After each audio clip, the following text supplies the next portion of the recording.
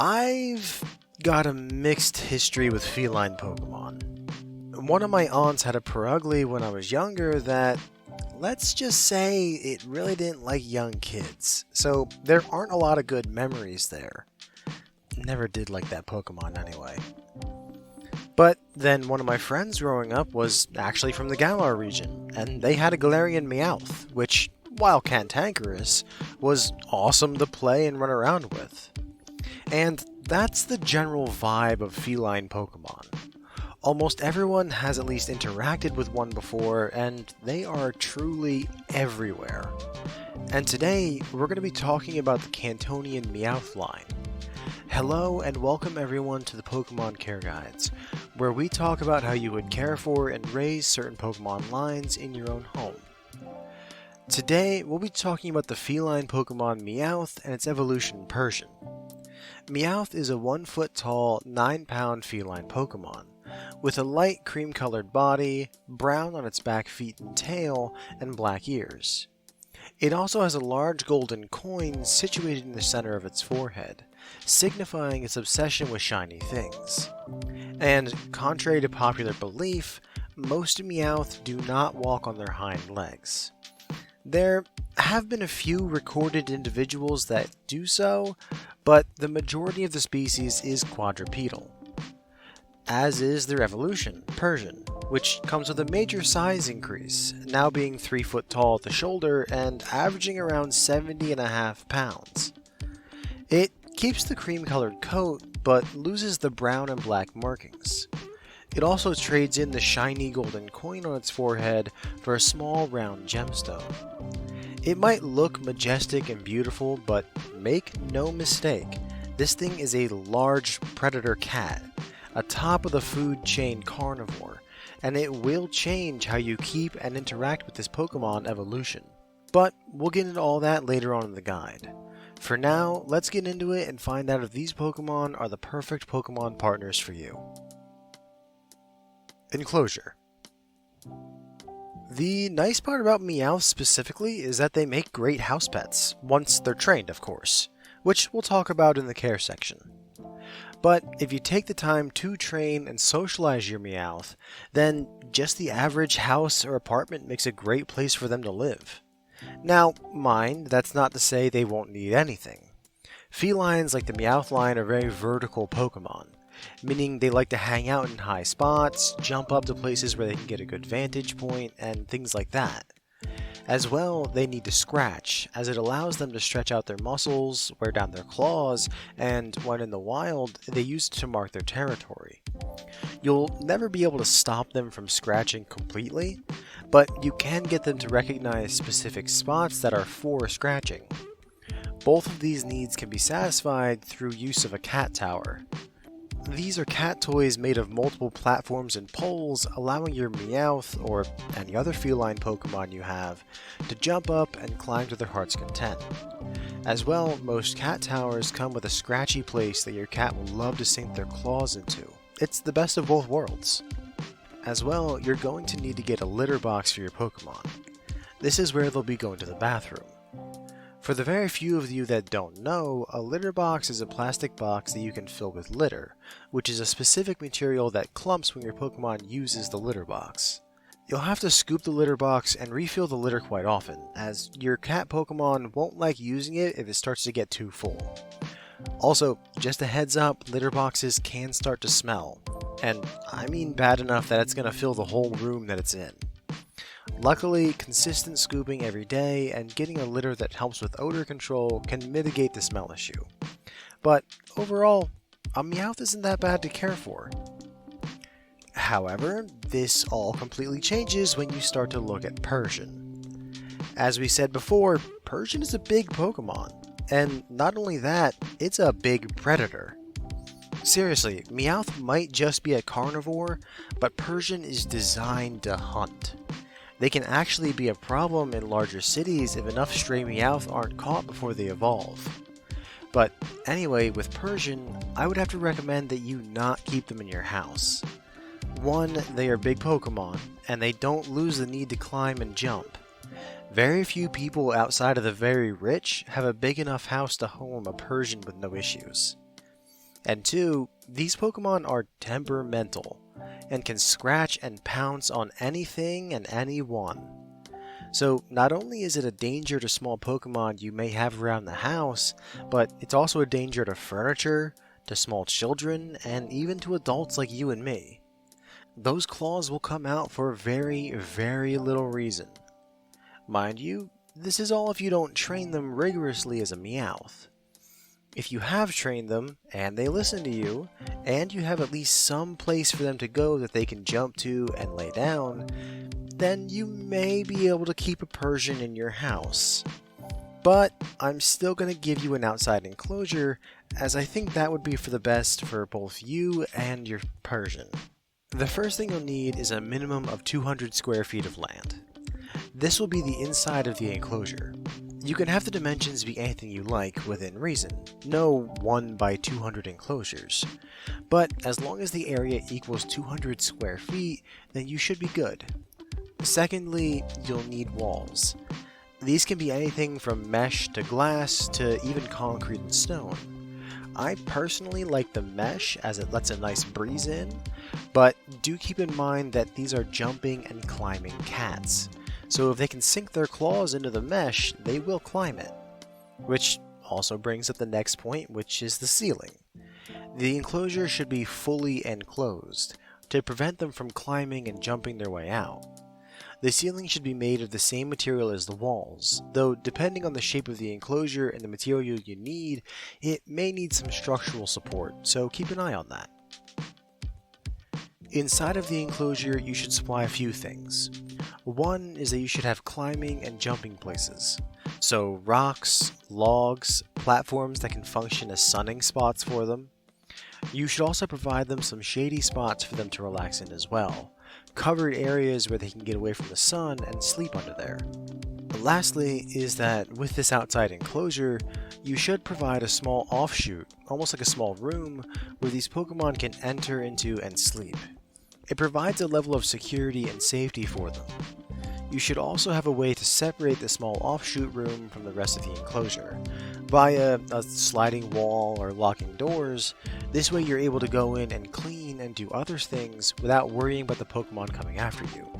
Remember, this whole outside enclosure setup is for you if you end up with a Persian without significant training as a Meowth. As for entrances into the enclosure for you, there'll be two of them. One main door that you can use to enter the main area of the enclosure. This door should be heavily reinforced and locked so that your Pokemon can't get out by accident. Remember, we're talking about a very strong and very big predator, and if not properly trained when young, they can be a real danger to others. So you don't want them accidentally getting out and wandering town. Now, the other entrance should be in that small side room that we talked about, the one that will allow your Pokemon to hide away from the world. One of the walls should be a door as well, and this is the door that you'll feed your Pokemon from, and give it water. Which, by the way, there should be 2 water dishes in this enclosure, one in the small room and one out in the big part of the enclosure now that I'm mentioning it. As for the last part, Meowth can be housed fairly well together. I mean, we all know that one crazy cat lady that lives in our town that has way too many cat Pokemon. Sure, there are individual felines that don't like other cats, and they aren't like canine Pokemon where they need companionship, but housing many of them together shouldn't be too bad of an idea. As for Persian, well, that's again a different story. Major feline predators like that don't tend to stick together, the Pyroar line not counted. They may be able to be kept in pairs, but that really depends on the 2 individuals involved. Some Persians just won't stand for it. And always keep in mind that I only give you specifications for 1 Pokemon per enclosure. If you do plan on getting more, be sure to do your research and expand accordingly. Availability. Meowth is very available. Just like most any other feline Pokemon, they are wildly abundant and very popular. And as you may know, Meowth specifically is so abundant in the wild that most towns and cities actually have a problem with populations of wild Meowth living on the streets. This is because of a few things, namely them being very well adapted to living in an urban environment and the fact that they breed very rapidly. They can take over an entire neighborhood in a matter of months. They can be very territorial and have no problem scratching anyone they don't like, which is most people. But the real problem is that if they're left in the wild too long, then you run the risk of one of the Meowth evolving into a wild Persian, which can be a major public health risk to have such a large predator claim a section of town as their territory. So this danger of having such a large predator loose on the streets means that most towns and cities have initiatives to catch any wild Meowth they come across, fix them so they can't breed, and then place them as shelter for adoption. Now, this means that a Meowth is readily available, especially if you're looking for a wild caught one. Just go to one of the shelters and adopt one. It's a minor fee, and they usually even throw in a free Everstone collar. I mean, you could also catch one yourself, but then you'll have to spay and neuter it yourself in accordance with town ordinance, which that could be pricey. Also, no free collar. Persian, though, is another story. Since the goal is to catch the Meowth before they evolve, then this leads to a major shortage in the wild Persian market. Most Meowth get caught and collared before they can evolve, so the ones that do manage to evade capture and evolve are the most wild and vicious ones, the ones that are willing to put up a fight and hunt for most prey. So I don't recommend trying to catch a wild Persian at all. There is a reason that these Pokemon are sent off to sanctuaries instead of the adoption shelters. Moving on to the breeder scene, it's pretty much the exact same. You can find plenty of breeders that have long lineages of Meowth lines, or even people that got a pet Meowth that happened to not be fixed and had kittens by accident. They are very easy to find in the breeder market. Persian, though, nobody really sells Persian. I mean, you can find someone who'll sell you one, but make sure that it's well trained enough that someone can just keep them as a pet. The kind of breeder that's willing to put in that kind of work with a Pokemon that's as dangerous as that just to sell them means that you won't find them often, and the ones that you do find will not be anywhere close to cheap. Care.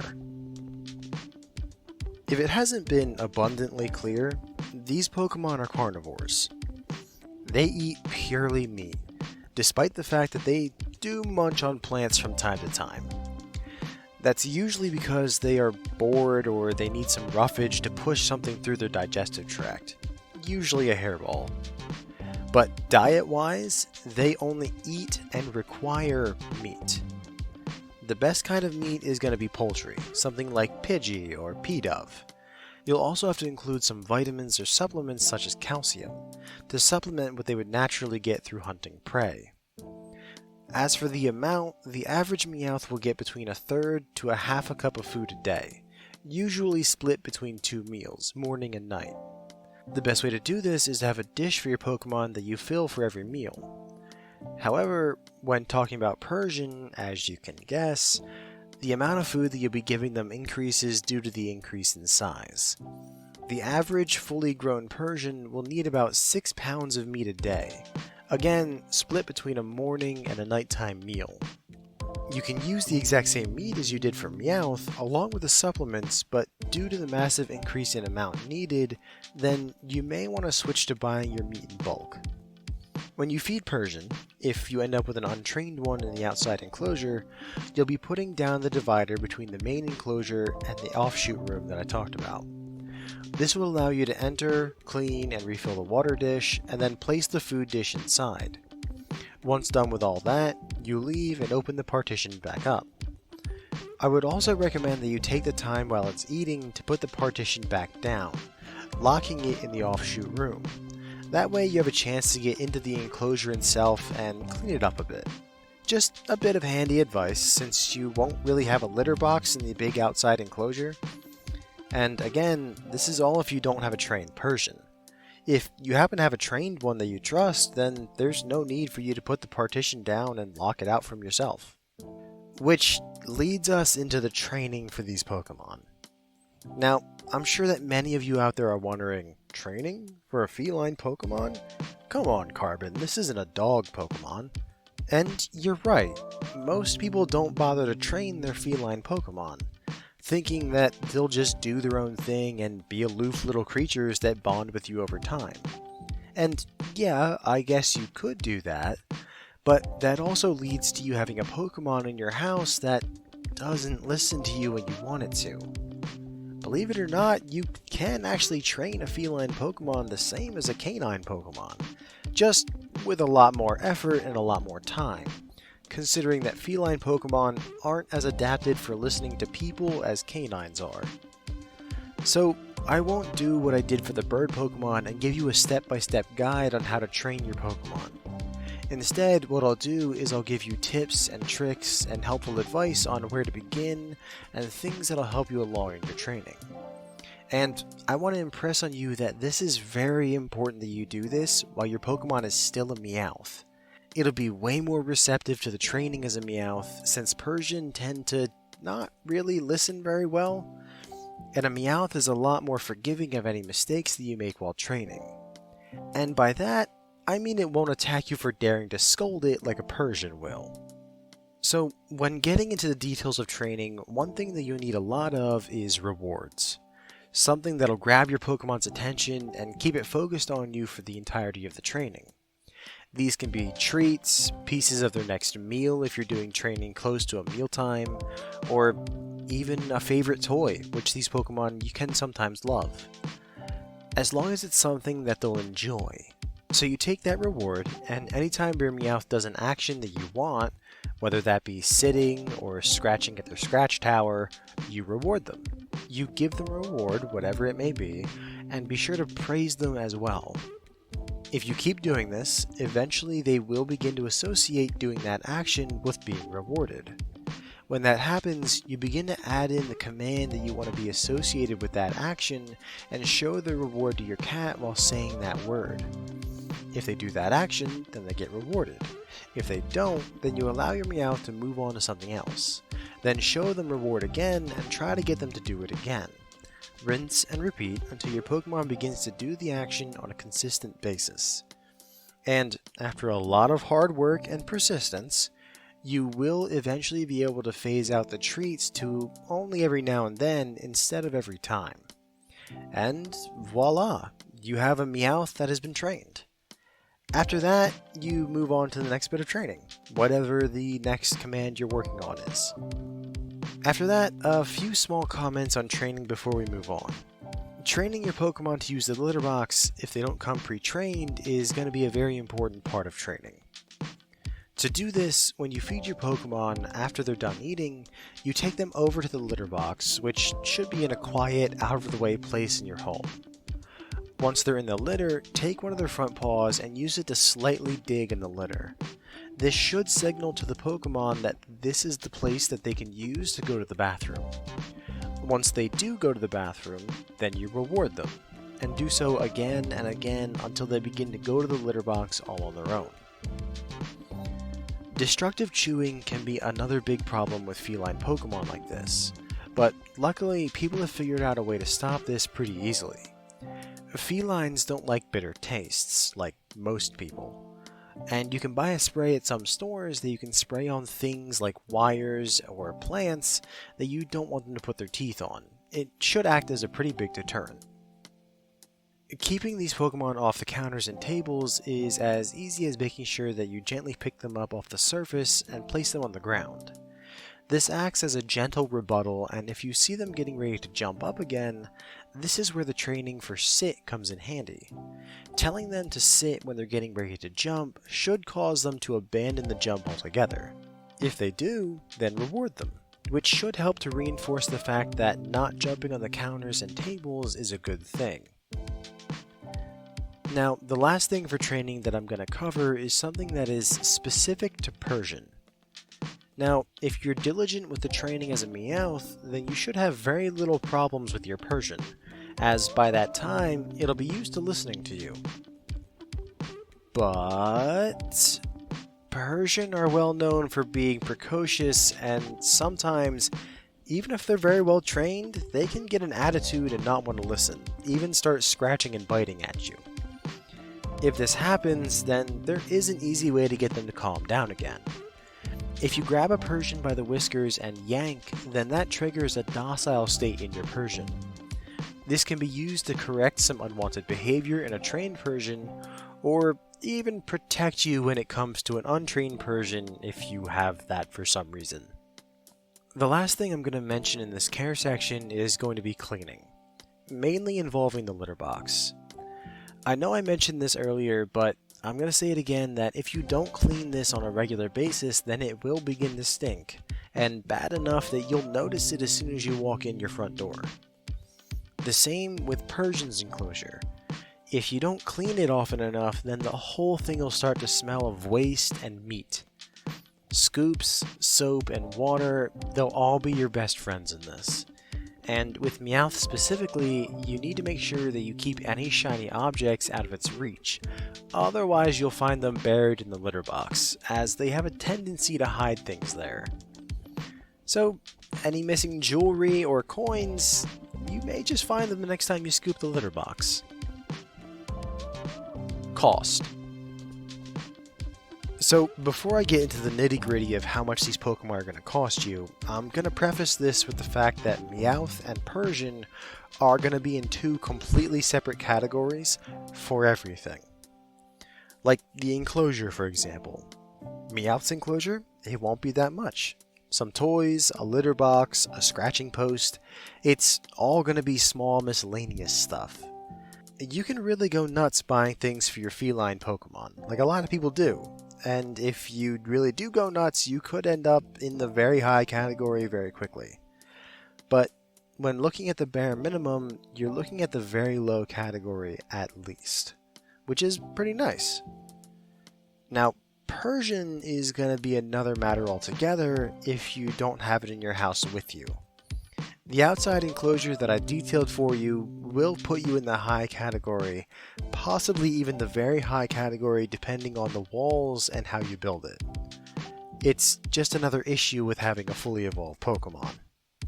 Moving on to the Pokemon themselves, getting a Meowth won't cost you that much. Thanks to the fact that there are just so many shelters out there where you can adopt these Pokemon, you're only going to be looking at the low category for things like adoption fees and the cost to fix them.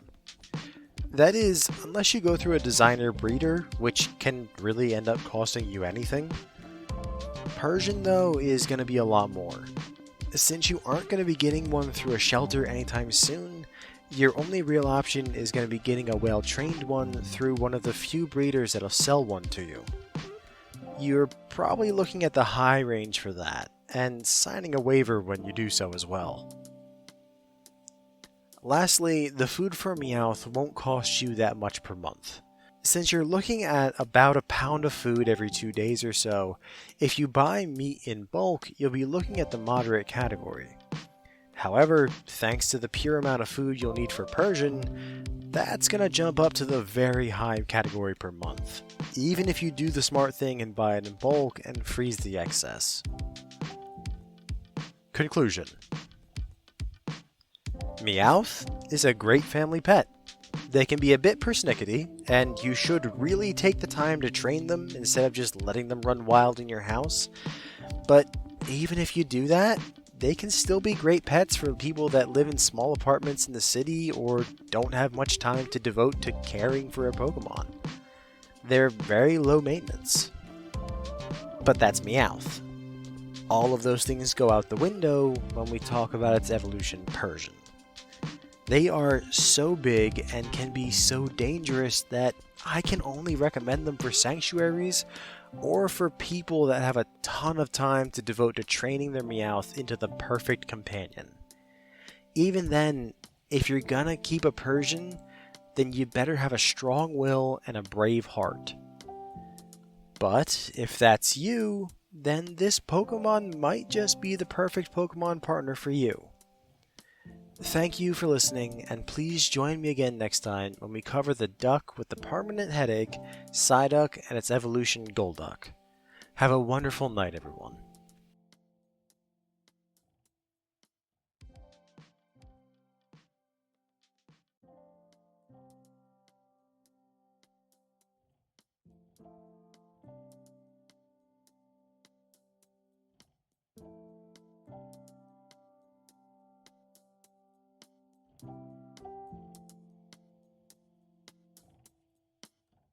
There are some Pokemon lines out there that feel like they should be other types than what they are. A major example of this that always sticks in my mind is the Trapinch line. They look so much like bug Pokemon. I mean, come on. Vibrava has the multiple legs and the buzzing wings of a bug Pokemon just like Yanma does. But they aren't. They're ground dragon types. Well, Psyduck and Golduck are another one of those Pokemon lines. Hello everyone, and welcome to the Pokemon Care Guides, where we go through how you would care for and raise a Pokemon line in your own home. Today, we'll be talking about the Psyduck line. Psyduck itself is a 2.5 foot tall and 43 pound yellow bird Pokemon. It has cream-colored feet and a bill, along with 3 black hairs on top of its head. As well, this Pokemon is constantly holding its head because of the fact that the entire species suffers from constant and chronic migraines. Which, honestly, sounds like it sucks. But these migraines are the reason for that intro, because when they get bad enough, Psyduck has to release the pressure that has built up, and to do so, it unleashes immense psychic abilities. I don't know why it isn't classified as a psychic type due to that, but oh well. Psyduck doesn't seem to be able to do so at will, and doesn't seem to remember the incidents when they do happen, so it's something that's under research. Golduck is the evolution of Psyduck, now sporting a blue body and large limbs with huge webbed feet and hands. The bill has also shortened and gotten sharper, and now a red gem sits in the center of its forehead. It stands at the same height as an average person, 5 foot 7 inches, and weighs the same as one too, being an average of 169 pounds. Funny enough, the chronic headaches go away when it evolves, but it now has full control over its psychic abilities, even being able to use them to hunt down prey and communicate ideas to other Pokemon and even people. It's not to the level of psychic communication that some of the true psychic types, like Alakazam or Gardevoir, are said to be able to do, but it can still get across ideas or images. Honestly, when I was doing research for this guide, I fell down a rabbit hole of watching videos online of Golduck owners showing off this ability. Crazy stuff. But that's these two Pokemon in a nutshell. Let's get into it and see if these Pokemon could possibly be the perfect Pokemon partners for you. Enclosure. With these two being water types, you have to know that they're going to need water. These Pokemon are freshwater Pokemon, like the Squirtle line that we covered so long ago, meaning that they usually live in ponds and lakes, and sometimes rivers.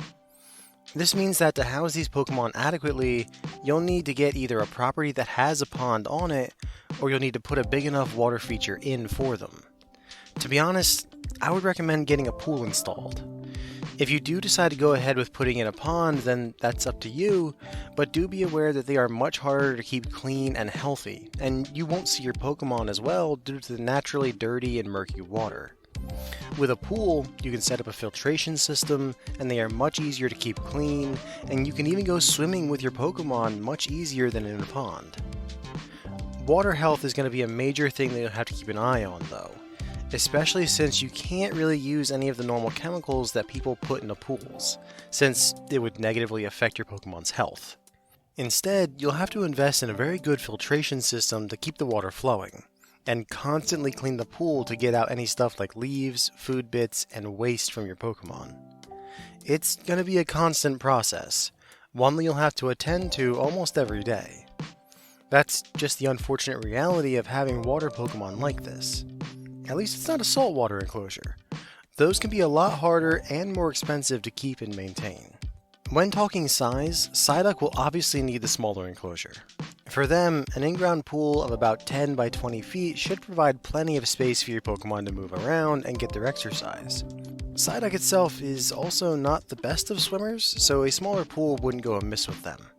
Golduck, though, is an amazing swimmer, being able to outpace even the best of human athletes. For that reason, a Golduck enclosure should be a minimum of 25 feet by 50 feet, allowing them to fully stretch their muscles when they want to. Depth-wise, most of the pool should be a depth between 8 to 10 feet deep, allowing your Pokemon to dive down below the water and giving them plenty of room to swim. However, I would still have a shallow section at one end of the pool, making it much easier for your Pokemon to get in and out. This isn't so much a concern for Golduck thanks to its strong arms, but Psyduck could have a bit of trouble if the pool is too deep. I would recommend that you have a section of the pool that gets down to a foot in depth, providing a decent place for them to rest in the water and get in and out of the pool. And always remember that you can easily put a Psyduck in a Golduck's enclosure without doing any harm to it. So if you know that you'll be going for a Golduck in the long run, then it would be best for you just to get the larger enclosure right from the beginning. It's plenty cheaper that way, and you don't have to worry about expanding the enclosure when your Pokemon gets close to evolving. Another part of this enclosure is going to be their land home. As a semi-aquatic species, the Psyduck line spend most of their time in the water, but when resting or at night, they will come onto land and find a nice, safe spot where they can bed down. So you'll have to provide them that. And the best solution to this is our trusty old friend, the shed. You should get a shed that's big enough for the Pokemon to enter and lay down comfortably inside. For a Psyduck, this means getting them a shed that's at least 10 by 10 feet, and Golduck should have one that's at least 15 by 15 feet. Since they'll really only be using this area as a sort of nesting spot, you can place down a hefty layer of soft bedding across the entire floor, whether that be some form of hay, or an actual Pokemon bed, or even of some material that you can get from the store. Lastly, the shed should have a closing door that you can close every night when your Pokemon goes to bed, keeping away any predators that may come snooping around for a fight late at night. Then, in the morning, as the sun's coming up, you go outside and open the door back up and let your Pokemon out into the water. The only major maintenance that you'll have to do for the inside of the enclosure is clean up any mess that your Pokemon makes inside, and replace the bedding every now and then when it starts to get too squished down or smelly. Another thing you should consider is a small fence. It isn't likely that these Pokemon will go wandering away once they get used to having the pool as their water source, but having a small fence there to keep them from wandering away won't go amiss. It doesn't even have to be that tall, only about 4.5 feet, since these Pokemon aren't exactly known for their verticality. I also would like to mention the weather.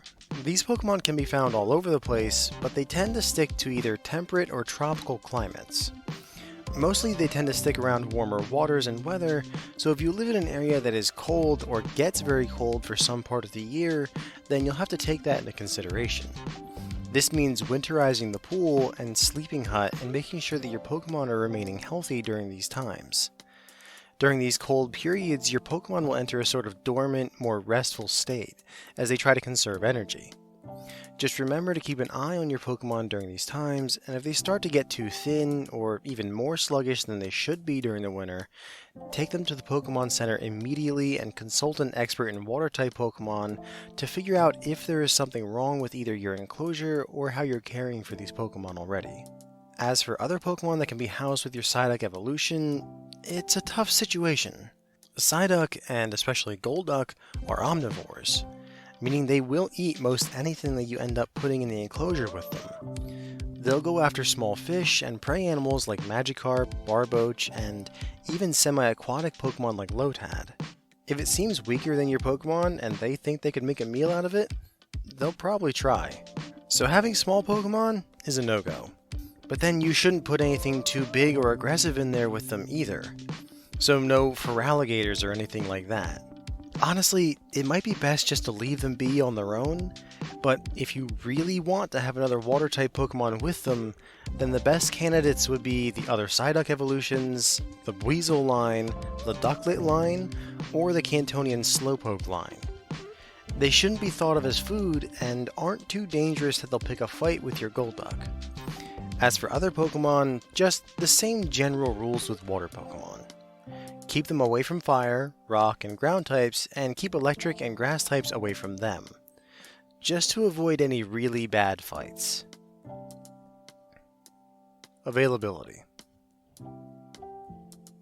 In the wild, Psyduck are everywhere.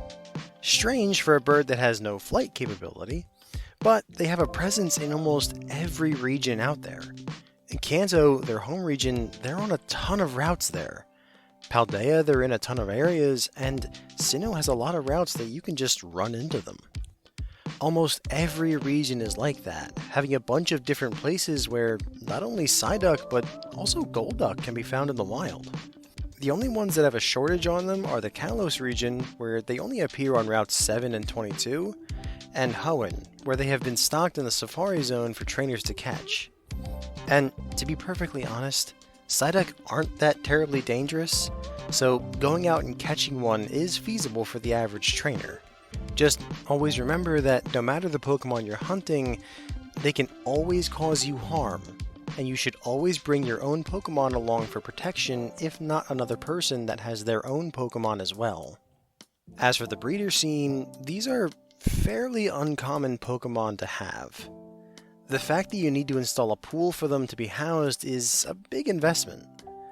Usually that investment is offset by the fact that you could easily house multiple kinds of Pokemon in an enclosure like that, thanks to the depth of the pool providing much more space than the average enclosure. But thanks to the predatory nature of these Pokemon, especially Golduck, it can be kinda tough to raise them and get your money's worth. Especially because they're so abundant in the wild that many people can just go out and catch one pretty easily. And it's a lot cheaper than if they bought one from a breeder. Now, that's not to say that breeder-raised ones don't have their perks. For one thing, you are certain that the Pokemon is healthy, which is not something you can say about every wild-caught Pokemon. Dealing with sickness and parasites is not fun, trust me. And if you get a breeder-raised one, then they're certainly going to be much more used to humans being around them than if you got a wild one. Which is nice when you have a pet that doesn't run or attack when they see you. It's just a matter of if you're willing to pay to get that head start on having your Pokemon. Care.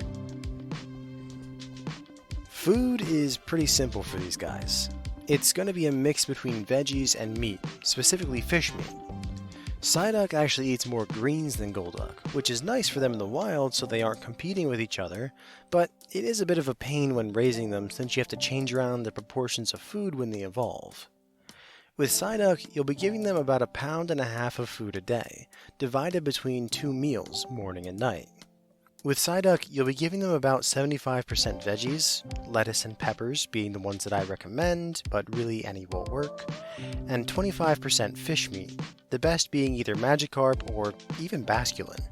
Upon evolution, Golduck will instead get 3 pounds of food a day, again between morning and night. This time, you'll be making it about 50% veggie and 50% fish meat, accounting for the increase in muscle that Golduck gets. The best way to actually give them the food is in a big bowl. Just fill it full of food and give it to them. No worries about prepping or slicing anything. Their beaks are strong enough that they can chew through the toughest veggies with very little difficulty. Thankfully, interactions with these Pokemon is a lot simpler than most other bird Pokemon. Mostly because they can't fly away from you. This makes it easier for you to bond with them and form a sort of connection with them. So, to begin, you're going to want to wait until the Pokemon is used to you being nearby. This will happen naturally as you spend time around them and feed them, though the time frame for when they'll allow you to get close to them will really depend on the individual and if you got a wild-caught Pokemon or if you bought a breeder-raised one, which will greatly speed up this process. Once the Pokemon trusts you enough to get close to them, then you want to try hand-feeding them. Hold a piece of their food in your palm, allowing the Pokemon to come to you for the food. Be sure to keep your fingers away from the food, as these Pokemon's beaks can be very strong, and you don't want them nibbling on your digits. Also, be aware that they may be hesitant to feed from your hand, but just keep trying, and as the bond between you grows, they will get more comfortable with feeding. Now, while they're feeding from your palm, you're going to attempt to pet them. They may get a bit nervous when you do this, but again, just keep at it, as this is the important part of the training. If your Pokemon can get used to you touching them, then it'll make your life a lot easier when you need to clean their enclosure or take them to the Pokemon Center for checkups. And really, that's it for the basics. But you can always end up teaching your Pokemon more, such as how to respond to its name, which I always recommend giving your Pokemon a name. And I would like to also say that this training will go much faster with Golduck as opposed to Psyduck, thanks to its ability to telepathically communicate and take in concepts and other ideas from your mind, leading to them understanding what you intend to do with this training. The last thing we're going to talk about with the care section is care for the water. As this Pokemon spends a lot of time in their water, then the water is going to get gross.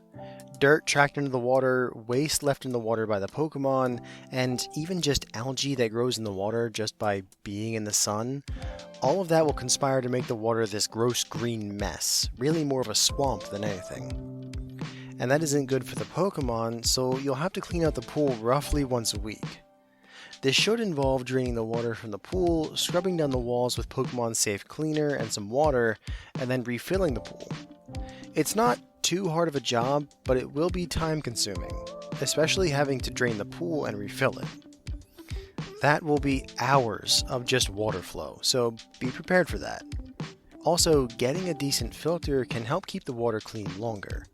It won't eliminate the need to clean the pool, but it might make the time between cleanings extend, which is nice because draining and refilling the pool can be a heavy burden on your water bill. Cost. Hate to say it, but your food expenses are going to be in the high category. It's mostly due to the seafood and how much of it you're going to need to feed these Pokemon. Seafood takes a lot of effort to catch or farm, so it tends to be more expensive than most other meat. Combine that with the amount of veggies that you'll need, and it's going to be a bit of an expense. I suppose Psyduck might be down in the moderate category since it eats less seafood than Golduck, but that might also depend on how close you are to the sea and water in general. The Pokemon itself will probably be in the moderate category if you decide to get one from a breeder. Mostly that's because of the cost of building the enclosures of these Pokemon, which we'll get into in a second. But breeders pass that cost on to the people that purchase the Pokemon. Other than that, they are pretty easy to raise, and you can raise a bunch of them together, so it does moderate out the price somewhat. Or you can spend the price of a couple Pokeballs and catch one out of the wild. Which, while I still think that getting a breeder one is better, it will be cheaper, especially since you won't have to go region hopping to catch one if you want to. Lastly, the enclosure is going to be the biggest cost when it comes to these Pokemon. It's going to be in the very high category, no two ways about it. You're going to have to hire a company to come in and dig a big hole in the ground that you can then fill with water. And then you'll need to actually fill it with water, which will cost you a bit in your water bill. Not to mention the shed that you'll need to buy for the sleeping room, the fencing you'll need to put up around the enclosure, and the fact that you'll need to drain and refill the enclosure at least once a week. All of that together means that a lot of money is going to be dropped on this enclosure. Conclusion. Surprisingly, despite their somewhat predatory and their somewhat unreliable psychic abilities, this line makes great household Pokemon. They're very easy to train, probably because of those psychic abilities in Golduck's case, and I think would be great Pokemon for people that are new to housing water-type Pokemon. Even the enclosure is great because once you build a strong enough bond with them, you can dive in and go swimming in the pool with them, as long as you're willing to put up with the slight grossness of the water. The only sticking point that I can see with these Pokemon is the constant habitat maintenance that'll have to be done, and taking care of them in the winter could become a bit tricky. But aside from those points, I think these Pokemon could easily end up becoming the perfect Pokemon partners for you. Thank you all for listening, and please join us again next time when we cover the angry fighting type Mankey and its evolutions Primeape and Annihilape. Have a wonderful night, everyone.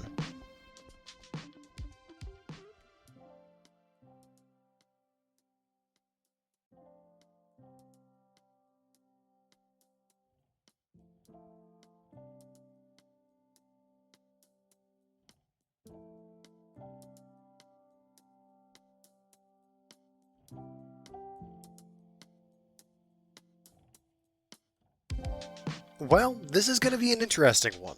Not only is this going to be our first fighting type, this is also going to be our first ghost type. And it's on a Pokemon that most experts would recommend running from and not making eye contact with. Hoo boy. Well, let's get into it. So, since this is the first time we'll be talking about it, let's start by going over the ghost type in general. The name itself is misleading. Ghost-type Pokemon tend to be ethereal, intangible creatures that have abilities that most corporeal creatures don't, such as phasing through matter, becoming invisible, and, most importantly, being able to feed off of strong emotional energy, particularly negative emotional energy. This feeding method has led them to be congregated in places where people feel these emotions, like hospitals, abandoned houses, and even cemeteries. And the fact that these Pokemon congregate around these places caused ancient people to think of them as ghosts, hence the typing being named Ghost type. But I want to be very clear that these Pokemon are in no way the spirits of the dead or associated with the afterlife in any way. Those are just rumors from long ago that have persisted about these Pokemon and their feeding method. They are just spooky creatures, which is fascinating when we look at the final evolution of this line. See, it actually was just recently discovered. For the longest time, we had thought that this was a two-stage evolution, ending with Primeape. But recently in Paldea, a new move called Rage Fist was discovered, and after using it a certain number of times, it was found that this allows Primeape to evolve into Annihilate, gaining that ghost type. Now, the interesting thing is that there have always been old rumors that Primeape can get so angry that they die, but there was never any evidence for it. Until now. See, what the move Rage Fist does is that it increases the Primate's anger every time it's used until it reaches a critical point. At that point, a portion of the Primate's brain changes and becomes able to tap into that energy that ghost Pokemon are made of and consume. Which, I'm sure seeing this to ancient people, it truly looked like Primeape just straight up died and became a ghost because it got so angry. Thankfully, it's not a full ghost type, so it can't become intangible and float and stuff like that. I mean, could you imagine if a Pokemon that was always angry and wanted to beat you within an inch of your life could just walk through walls to get to you? It would be horrifying. So, now that all of that is out of the way, welcome everyone to the Pokemon Care Guides, where we go through how you would raise and care for Pokemon lines in your own home. Today, we'll be talking about the Angry Primate Pokemon line, Mankey and its evolutions Primeape and Annihilate. Mankey itself is a 1.5 foot tall, 61 pound primate Pokemon. It has a central round body, kind of a combination of head and torso, that's covered in light colored fur. It then has 2 arms and legs that come out from the center of the body, and a prehensile tail that comes out of the back. The feet, hands, and tip of the tail are all a brown color, offset from the uniform light coloration of the rest of the Pokemon.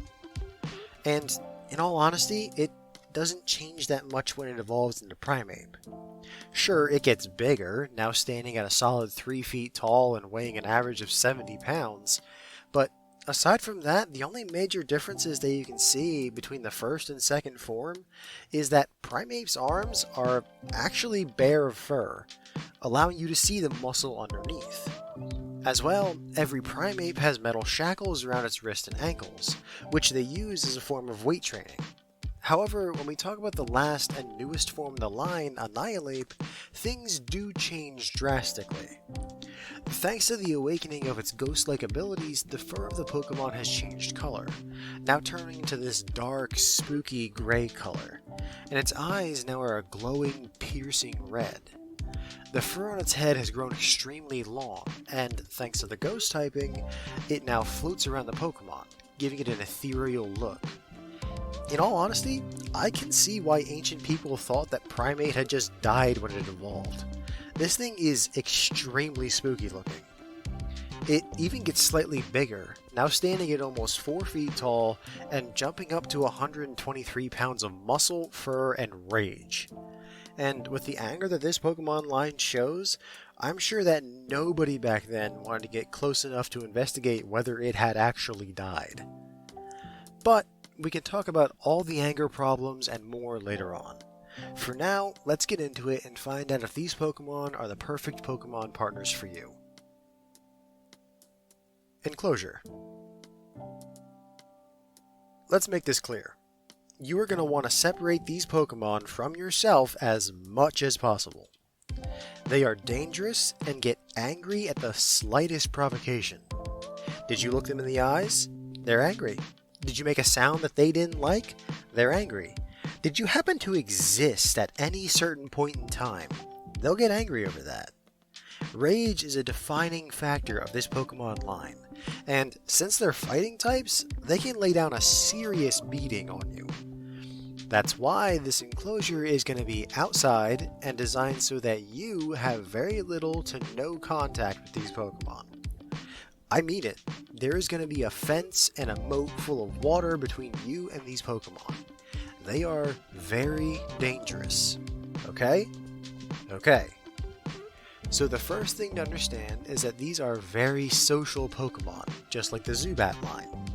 And just like the Zubat line, these Pokemon don't do well in isolation.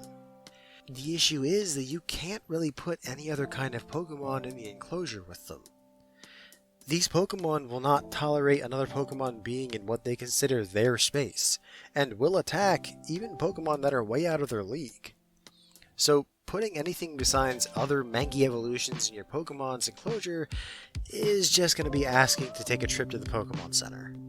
And even then, you need a very specific social setup to get the least amount of Pokemon on Pokemon violence as possible. The best way to set things up is to get 1 male and 2 females, or 3 females, as the females are a lot less rambunctious than the males.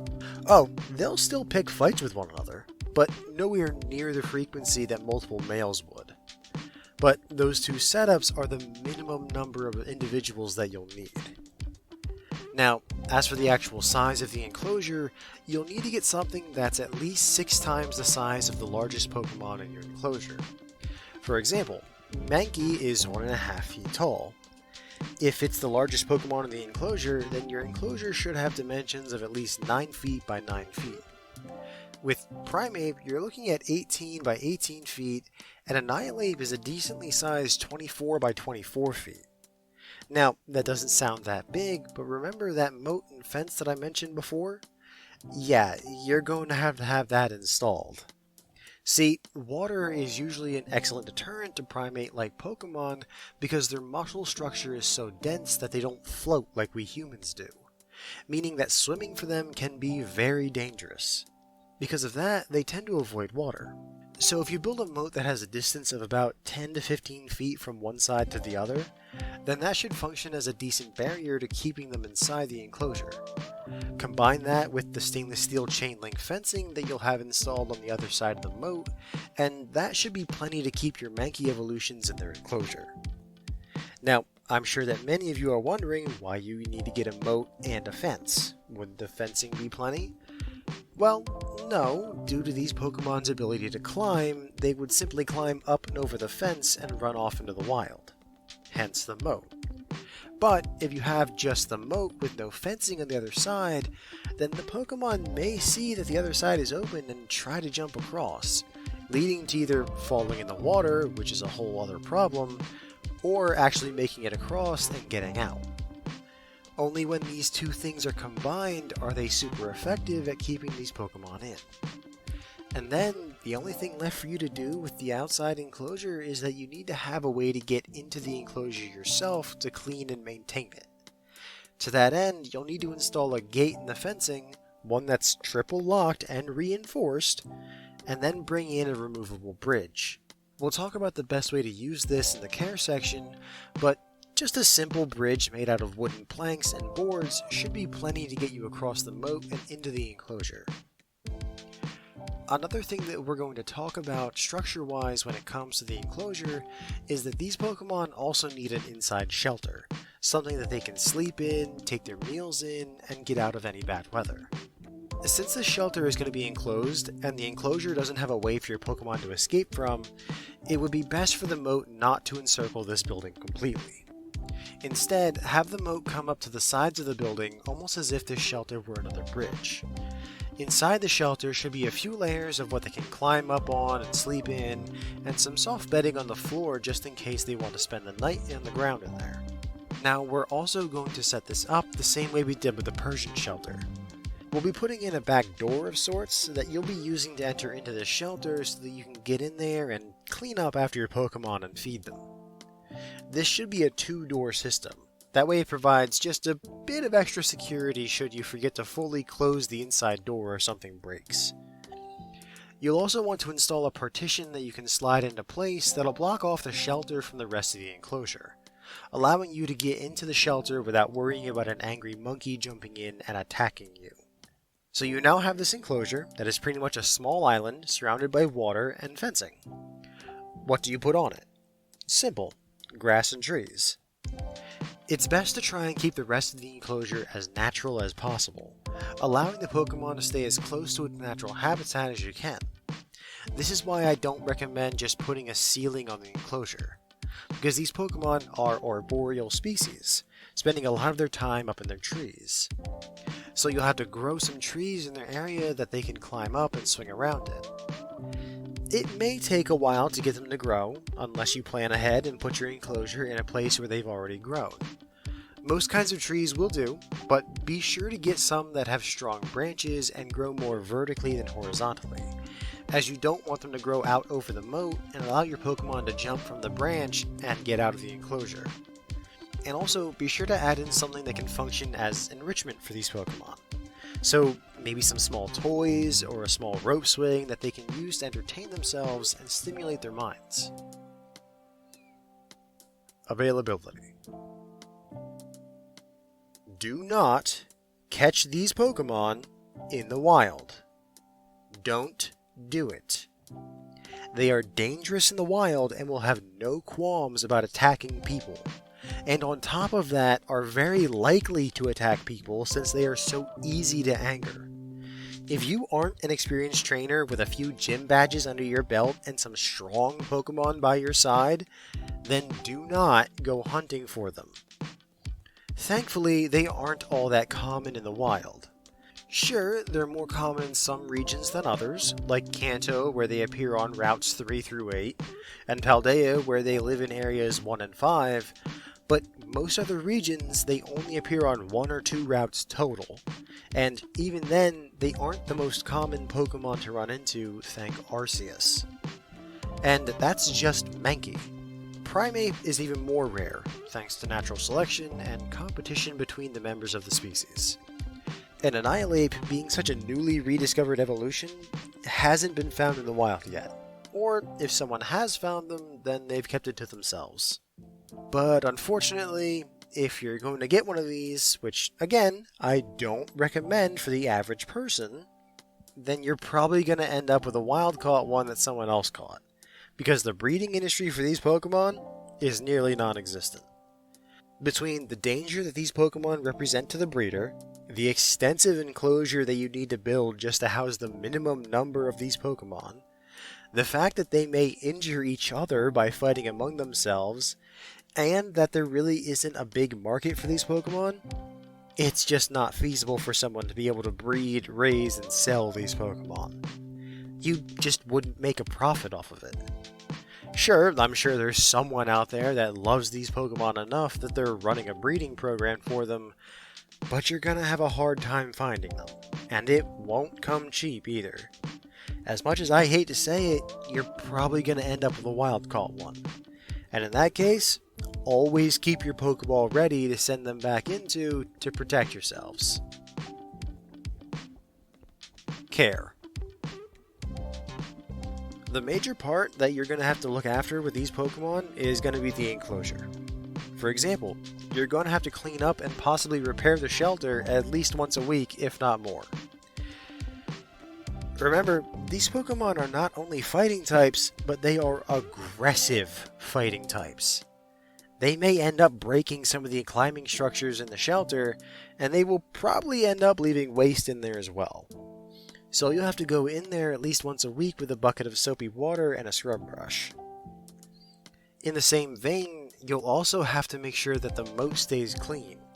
Stagnant water can become a health risk, as it's a great breeding ground for bacteria, and it could end up attracting some of the less desirable poison-type Pokemon to your enclosure if you let it get bad enough. There are a few ways that you could deal with this. The first and best solution would be to get a few filters. Ones that'll consistently stir the water, as well as pull out any gross particulates that are starting to build up. This will have the added bonus of keeping the water in motion, almost like a lazy river type situation, helping to keep the water healthier longer. Another option, though this will end up taking a lot longer and a lot more effort, would be to drain out the moat and clean it by hand with some soap and water, and then refill it once you have it all cleaned out. Like I said, this is an option for you, but it'll take so much longer that I'd recommend the filters over this any day.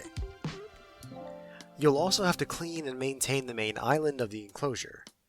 This will mostly include basic yard work, such as trimming the grass, cleaning up the waste left by your Pokemon, and, most importantly, trimming back tree branches that are starting to grow over the top of the moat. It is very important that you do that, as it'll keep your Pokemon from being able to use them to escape. While you're doing this, it would probably be best for you to just put your Pokemon in their Pokeballs.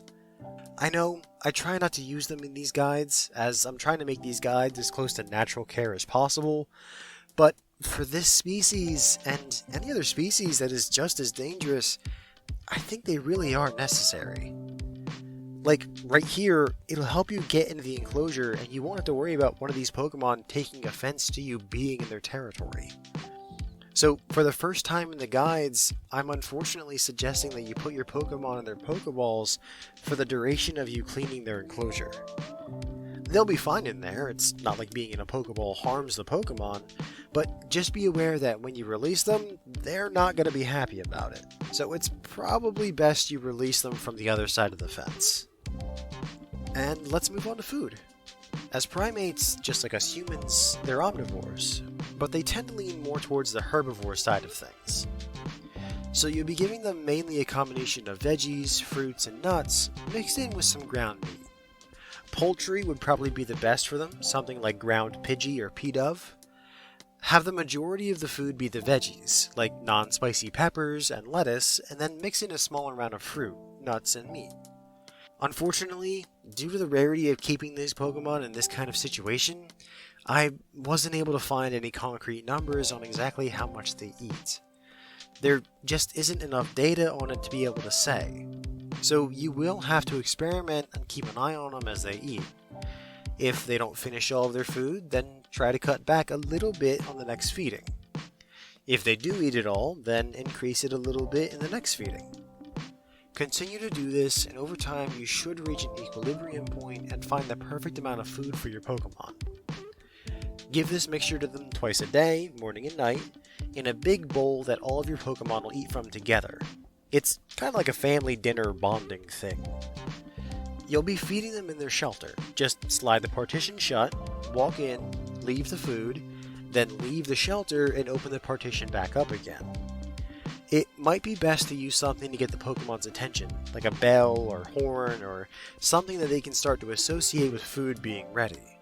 Then, when they're done eating, they should head back outside into the main enclosure. And at that point, you can close the partition again and come back into the shelter and collect the bowl. If any of your Pokemon are being stubborn and refusing to leave the shelter before or after eating, then don't be afraid to use your Pokeball to get them to move. It's better than you trying to challenge this Pokemon to a stubbornness contest and then having to go to the hospital.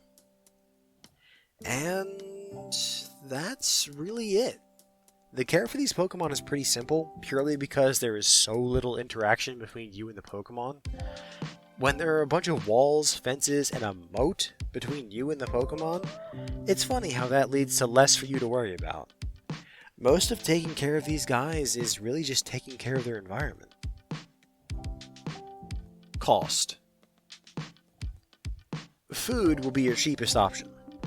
Even given the fact that I can't really give you an exact estimate due to the fact that I couldn't find hard numbers on how much to give these guys, I can confidently say that the food will be the cheapest out of all of these. Taking into account their size, that you need to feed at least 3 of them, and that their food is mostly veggies along with a little bit of fruit and meat, I'm going to say that this could end up being either in the moderate or the high category per month. Nothing to break the bank, but you will have to set aside some money for it, which is good because of the next 2 expenses. The enclosure is going to be very expensive. No ifs, ands, or buts about it. All of the construction alone, between the moat, the fence, and the shelter, is going to land you deep in the very high category. The companies that come out and build this kind of stuff, they're good at their jobs, and you will get what you pay for, but believe me when I say that you're gonna be paying for it. And then don't forget that you also have to maintain the enclosure, which means the yard tools to maintain and repair anything that your angry monkey has broken. It's gonna end up being a stupid amount of money in the long run. The Pokemon itself won't be much better. Getting one from a breeder means that you're going to be paying not just for the expense of raising the Pokemon, but also the expense of having the enclosure built and the expense for all the danger the breeder went through just to get and raise the Pokemon. Or, if you get one through a private seller, then they'll charge you for all the effort that they had to go through to go out and catch it. No matter what, you'll be paying in the very high category to get this Pokemon. Even if you try to catch one yourself, it still might be expensive, because you might have to travel to wherever this Pokemon's habitat is, and again, you are risking serious injury by being attacked. Just thought I'd repeat that. Conclusion. Don't get these Pokemon. If I haven't made it abundantly clear by now, through this entire guide, they are not household pets. These are Pokemon that are very dangerous and should only ever be interacted with by professionals. Between their temper, their strong musculature, and the fact that you need at least 3 of them to house them properly makes them a serious danger to anyone that doesn't have at least a decade of experience with primate Pokemon. If you really want a monkey, then get one of the elemental monkeys from Unova, or a Grookey, or even a Chimchar. Any of those options would be safer than if you get a Mankey evolution. These Pokemon are best left in the wild or in a zoo. Unless you are a specifically trained individual, then I don't see how these Pokemon could ever be the perfect Pokemon partners for you. Thank you all for listening, and please join us again next time when we talk about a much better pet Pokemon, Growlithe, and its evolution Arcanine. Have a wonderful night, everyone.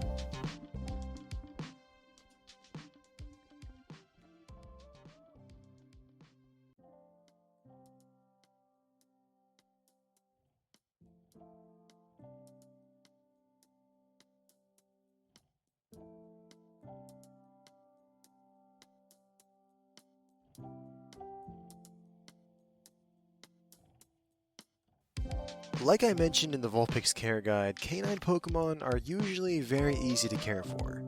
Sure, there are some that can give you trouble, like the aforementioned Vulpix and the Houndour line, but usually canine Pokemon are the ones that people look for when they're getting a family Pokemon. Something that's easy to train, isn't dangerous to keep around, and that you can form a very close bond with very easily. After all, there is a reason that dogs are the most popular kind of Pokemon pets around. Depending on what region you're in, the most popular lines could be the Lillipup line in the Unova region, or the Yamper line in Galar, or even the Electrike line in Hoenn. But in Kanto, Johto, and even here in Sinnoh, the major competitor for top family dog is the Growlithe line. Hello everyone, and welcome to the Pokemon Care Guides, where we go through and figure out how you would raise and care for different Pokemon lines in your own home. Today, we'll be talking about the fiery dog Pokemon Growlithe and its speedy evolution Arcanine. Growlithe itself is a medium-sized orange dog, standing around 2 foot 4 inches tall and averaging around 42 pounds. It has a mainly orange body with large tufts of light-colored fur on its chest, tail, and head, along with black stripes that go across its back. When it gets exposed to a firestone, the Growlithe will then evolve into its much larger evolution, Arcanine, exploding up in size. The average Arcanine stands over 6 feet tall, standing over many humans, and weighing over 340 pounds, which is quite frankly an incredibly big Pokemon. But don't let the size fool you. The entire line is beloved the world over because of how friendly and loyal they are to those that they bond with. So, without further ado, let's get into it and see if these Pokemon could be the perfect Pokemon partners for you and your family. Enclosure. The really nice part about these Pokemon are that they're really great house pets. Well, maybe not Arcanine due to its size, but the fact that its size is what limits it and not its temperament is astounding, especially since these are fire-type Pokemon.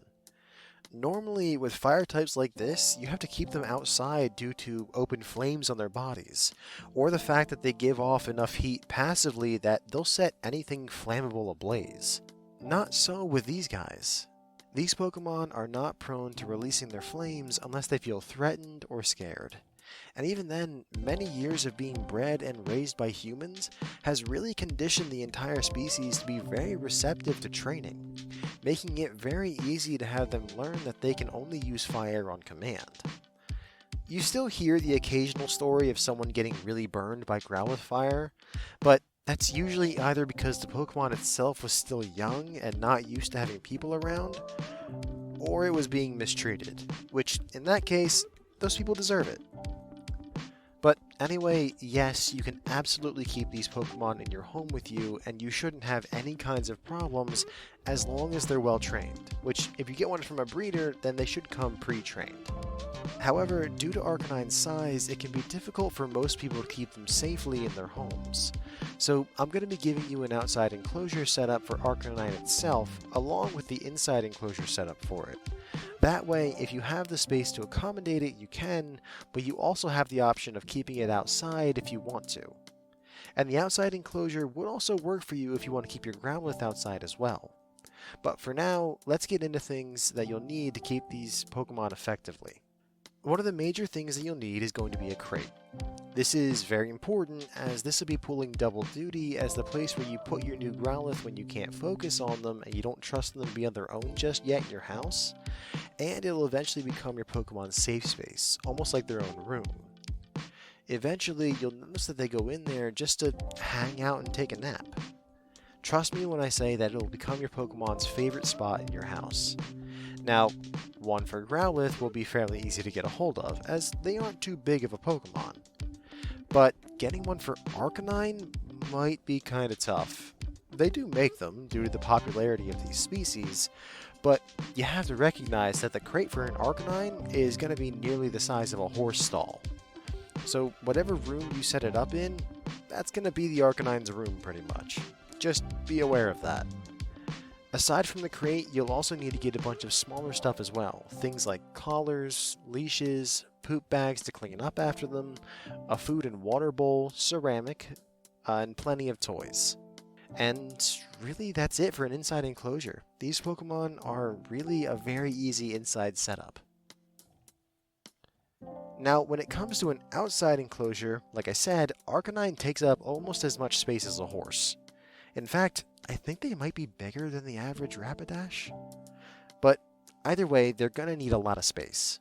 Luckily, if you follow the training in this guide and teach your Pokemon good recall skills before you evolve them, then you don't need a secondary fence to keep them contained. You can just have a shelter for them to sleep and escape from bad weather in. For something of Arcanine's size, you'll be looking at something that's around the size of 8 feet by 8 feet. That'll provide plenty of space for your Pokemon to spread out if they want to, while not being so big that it takes up a large portion of your yard. Just be sure that it's insulated from the weather. That way they have a place to go when it gets too cold or too hot out. Though, thanks to their fire typing, neither condition should really be a bother to them too much. Either way, one of the walls should have a ceiling-to-floor heavy-duty rubber flap that'll help keep things like rain and snow out of the room, but will also allow easy access to and from the building for your Pokemon. Then, be sure to provide a large water dish or bucket for them to drink out of, and plenty of bedding. That way, they aren't just sleeping on the cold ground. After all, even Pokemon don't like to sleep on the cold, hard ground. When you're looking at other Pokemon that can be housed with your Growlithe evolution, then really you'll have to look at whether the other Pokemon are going to be the problem.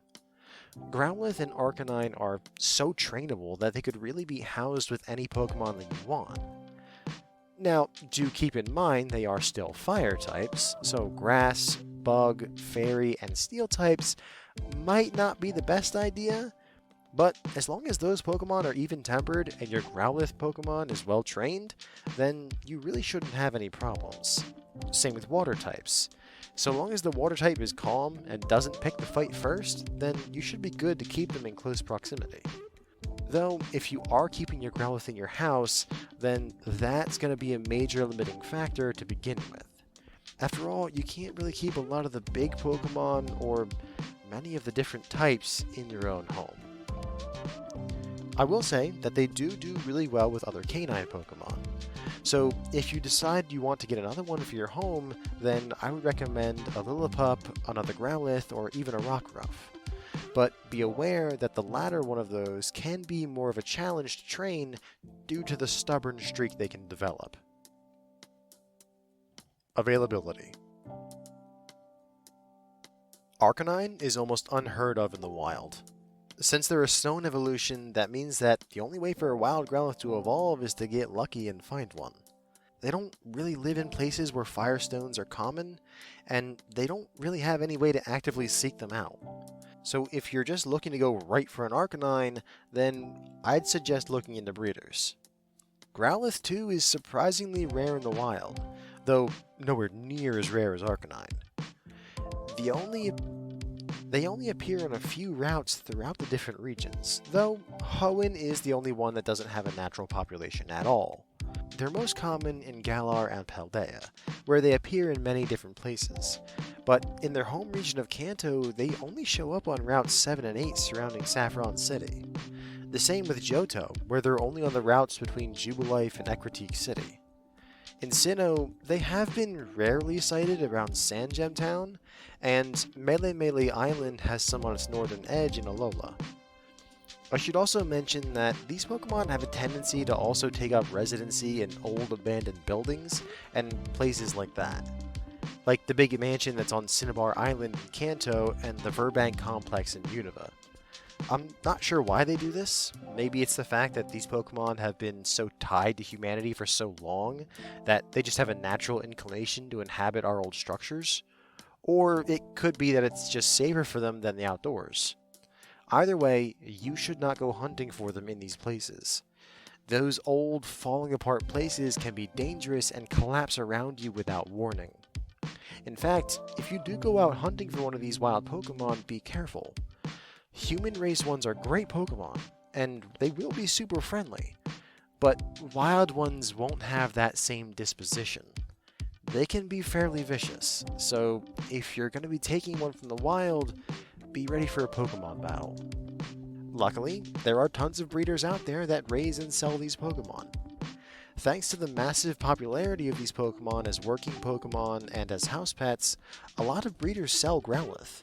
Just a quick search online and you could get into contact with a reputable breeder near you in a matter of minutes.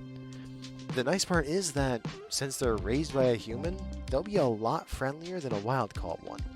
And most breeders will pre-train them on fire usage, so you don't have to worry about that either.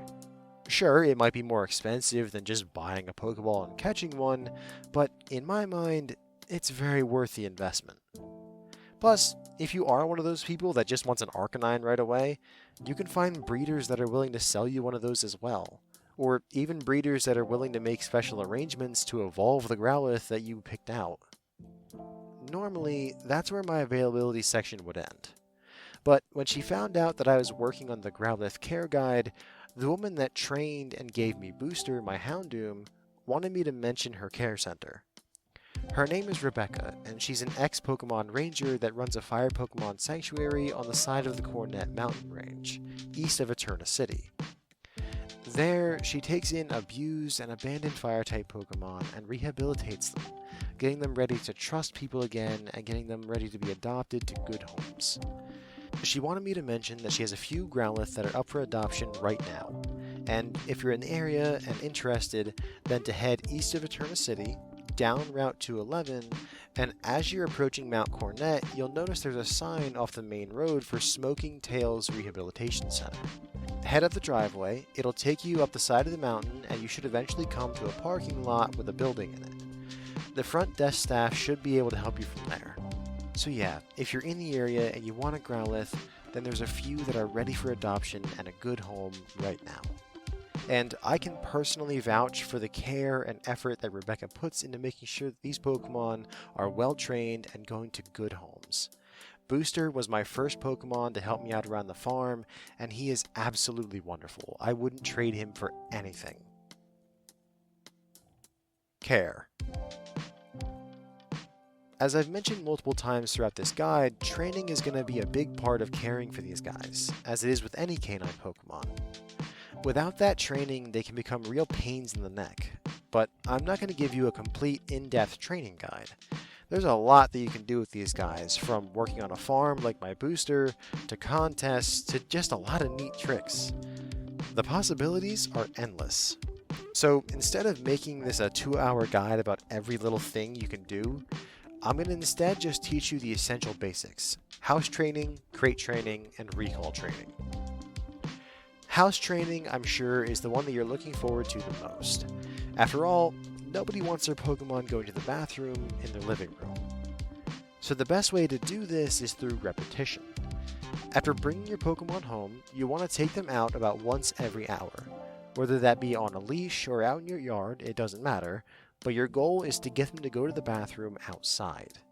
If they don't, stand there with them for 10 to 15 minutes, then bring them back inside. Now you take them out every 20 minutes until they eventually do go to the bathroom outside. When they do, you tell them good boy or good girl, and you give them a treat. You're essentially praising and rewarding the act of going to the bathroom outside. Then, when they're done, clean up after them if you have to, and bring them inside. After that, it's just rinse and repeat.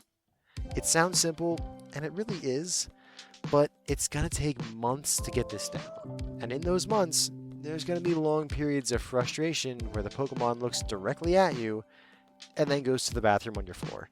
It's going to be irritating, trust me. But keep at it, and over time, your Pokemon will begin to realize that they only get rewarded for going to the bathroom outside. And then they'll start to let you know when they have to go so you can let them out. Never stop giving them the praise, always tell them good boy or good girl, but over time you can also start to roll back the treats so that you don't have to reward them every time they go. The next training that you should look at is crate training. You should use the crate for a few reasons. One is that it prevents untrained Pokemon from making a mess of your house while you're away. So if they aren't housebroken yet, then the crate can help keep them from going while you're away. Second is that it can also help your Pokemon settle down if they get too wild and start getting overstimulated. The crate is a place that can help settle them down and maybe take a nap. And lastly is that putting them in the crate can be very helpful when you're busy doing something and can't keep both eyes on your new Pokemon, like when you're cooking or doing laundry. So, how do you do this? Start by setting up the crate in a place that your Pokemon's going to be very often, whether that be the bedroom, the living room, or some other room in your house that they're going to be very often. And then after that, just let your Pokemon explore the crate a little bit. Throw some treats in there, throw some toys in there, get them to go in and explore the crate without closing the door. Heck, you could even do what I do with Booster and feed him in his crate. Then, once they spend some time exploring the crate, you're going to shut the door on them. This isn't the important part. You have to ignore them. If they're new to this, they are not going to like being put in the crate. They're going to bark and whine and make a fuss because you shut them in there. You have to ignore them. Walk away from the crate. Sit down on the couch. Don't look at them. They need to understand that making that kind of fuss in their crate isn't going to get them anything. But you do have to keep an eye on them. If there's any break in the barking, even if it's just for 1 second, stand up, praise them, and give them a treat. This is to show that when they don't make a fuss in their crate, they get rewarded. and that being settled in the crate is a good thing. And then, to let them out, wait for a moment when they're quiet, reward them for it, and then open the crate. And then immediately take them outside to use the bathroom, because they probably have to after all that. Over time, with this training, your Pokemon should become more comfortable in the crate and may even come to see it as their space. The barking and carrying on should stop, and you should have no problem getting them to go into their crate on command. A few small details when talking about crate training. I wouldn't provide your Pokemon with water in their crate right away, not unless you know they're going to be in there for a long period of time, and they've been trained not to go inside their crate. Speaking of which, getting the right sized crate for your Pokemon is very important. You obviously don't want something too small, but getting something too big could be bad too, as your Pokemon may be tempted to use the bathroom in something that has too much space for them. And lastly is that you should never, ever use the crate as a punishment. This will leave negative impressions of the crate in your Pokemon's mind, and they will never willingly go into the crate.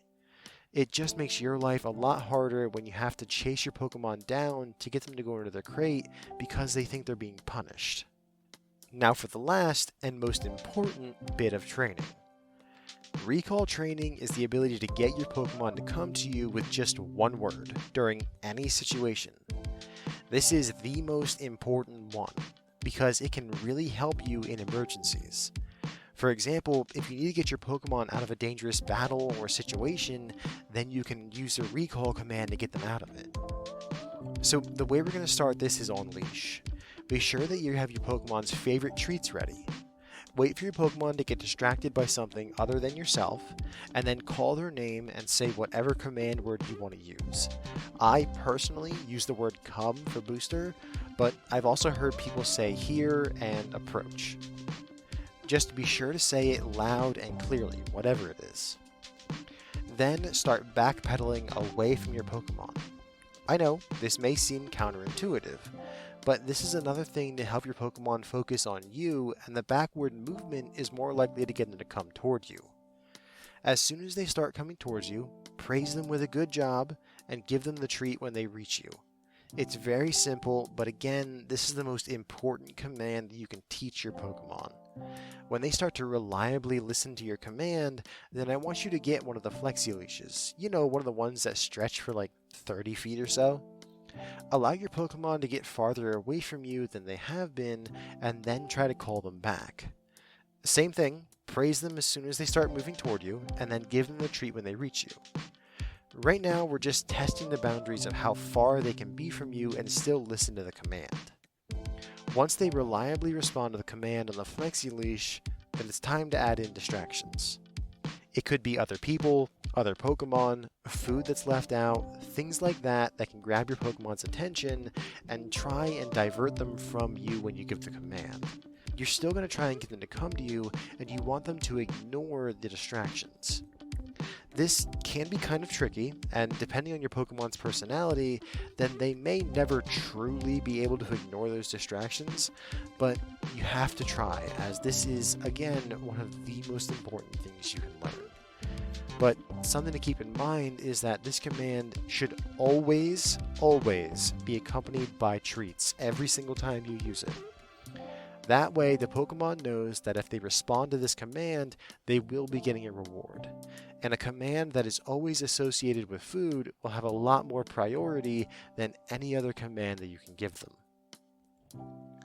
Speaking of food, the Growlithe line are omnivores, but they do tend to lean more towards the carnivore side of the spectrum.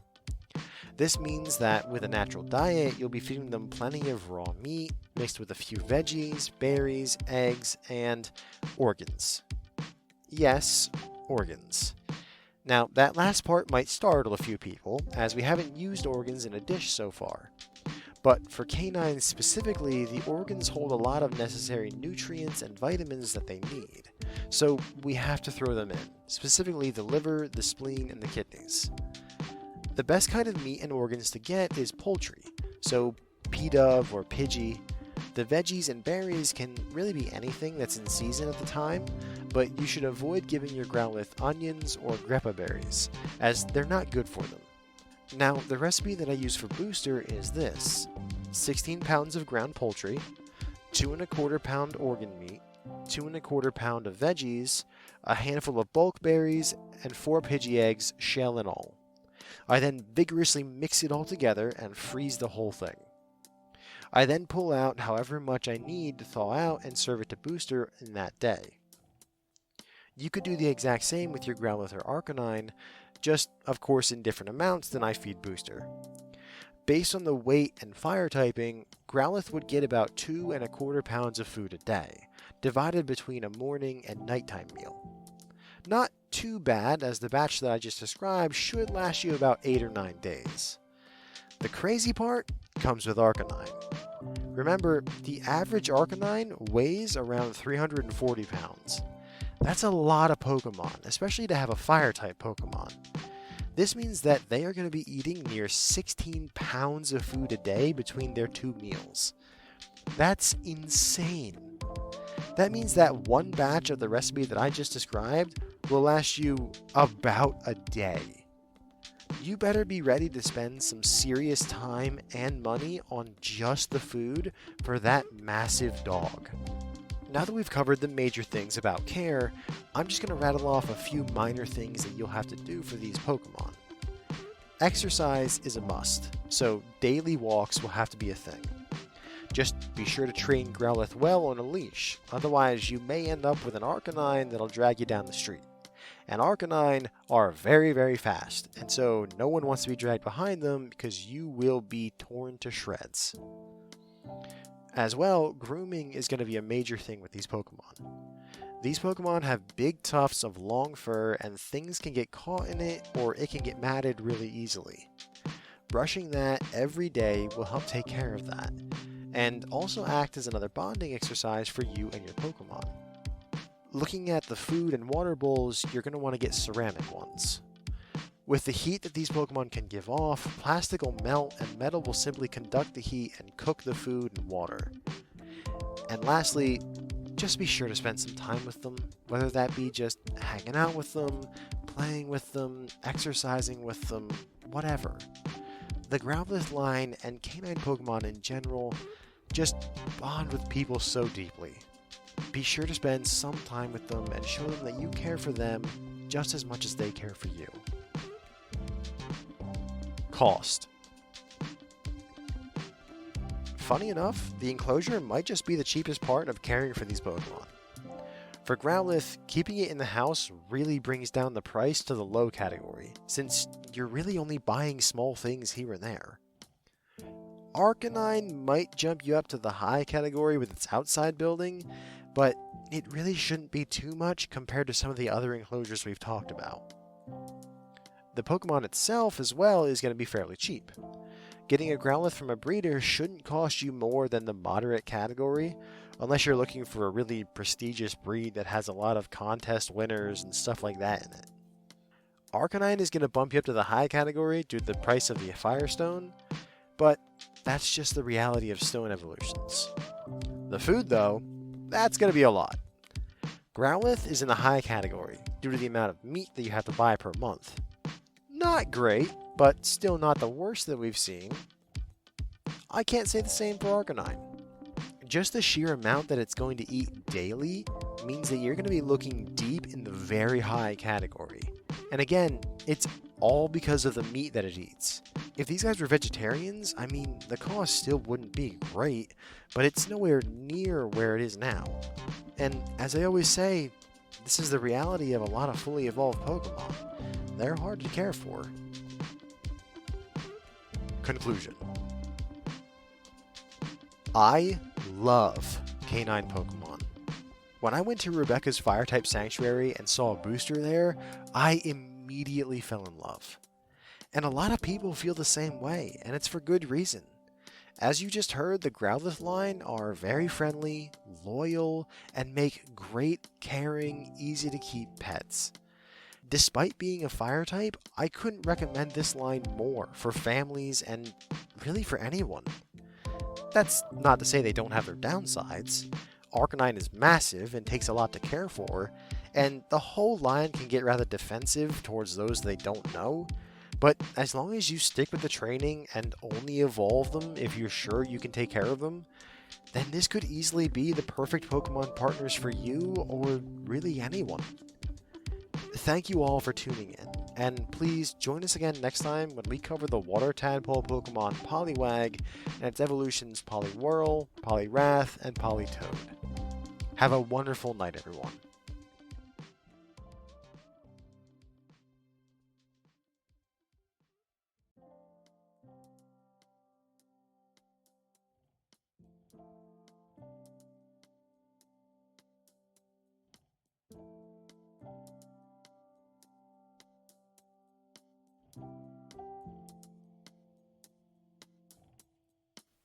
Amphibians are strange. I mean, sure, we've talked about amphibious creatures before, but we've never talked about a true amphibian. And trust me, they can get pretty weird. On top of that, we've also never talked about trait evolutions before, and they're weird in their own right. I mean, think about it. It's an evolution of a natural Pokemon that only occurs when an electrical current is passed through that Pokemon and causes it to evolve. Essentially, evolving the Pokemon through electrocution. This happens rarely in the wild, but the evolutions were only really discovered because of the electrical current that's present when you use a trading machine, a man-made object. And then, sometimes, the current also has to pass through a specific item that the Pokemon's holding at the time, or only when they're traded for a specific other Pokemon. Trait evolutions just get really wild.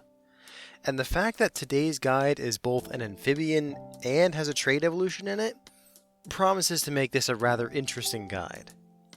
Hello everyone, and welcome back to the Pokemon Care Guides, where we go through how you would raise and care for specific Pokemon lines in your own home. Today, we'll be talking about the Poliwag line. Poliwag itself is a small, 2-foot tall, 27-pound Pokemon with a very round body, no arms, 2 small, underdeveloped feet, and a rudder-shaped tail that helps it move through the water. Its relatively small face is situated at the top of its round body, with the rest of its torso taken up by a white and black spiral pattern, which, grossly enough, is actually its intestines that you can see through its body. This grossly adorable little guy evolves into Poliwhirl, which keeps the same general shape with the round body and the intestine spiral, but now its legs are much more developed, and it has grown arms with hands that look like it's wearing gloves. It now weighs about 44 pounds and stands at 3 feet 3 inches tall. And now, this is where the trait evolution comes in, as this line has the same thing that the Oddish line has, and can evolve into 2 separate final forms, depending on what method you take. The more well-known and easier to do evolution is Poliwrath, which is what you'll get if you use a water stone on your Poliwhirl. Poliwrath has almost the exact same body shape and body plan as Poliwhirl, but it gains the fighting type, and thus it's much bulkier, which shows now that it stands nearly 4 feet tall and weighs close to 120 pounds. However, the other evolution changes the pattern up drastically. Politoed now has much more of a frog-like body, with very well-developed legs for jumping. Its skin tone is changed to a light green color with splashes of yellow, mainly where the spiral pattern is. It now no longer shows the Pokemon's inner guts, thank Arceus, but is now just a simple pattern on its belly. It also now has hair, well, really only one strand of hair that comes out of the top of its head and curls at the end, but it's still hair. The way to get this evolution instead of Poliwrath is to either trade your Poliwhirl or get someone else to trade you one to you while it's holding a specific item known as a King's Rock. They're kind of hard to find, but if you manage to get your hands on one, then that's your key to a Politoed. And that's the basic rundown for the Poliwag line. So let's get into the guide and figure out if these are going to be the perfect Pokemon partners for you. Enclosure.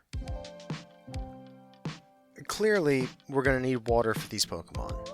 The issue becomes that these Pokemon are full-on aquatic amphibians, This means that their body chemistry is highly dependent on and affected by their surrounding environment. The two main things that we're going to need to consider with the Poliwag line are temperature and water quality. Let's talk about temperature first, as that'll be the easiest of the two to cover. These Pokemon are always found in warmer environments, as they are not built biologically to withstand the cold or extreme temperatures. Being amphibians, the Poliwag line is endothermic, meaning that they can't regulate their own internal body temperature and depend on environmental factors to keep their bodies at the optimal temperature. Also, as they evolve and their biology shifts to become more and more terrestrial, their ideal temperature changes as well. With Poliwag, the ideal water and environmental temperature that you're going to be looking for is going to be between 60 to 75 degrees Fahrenheit. This will help to facilitate their growth and their development.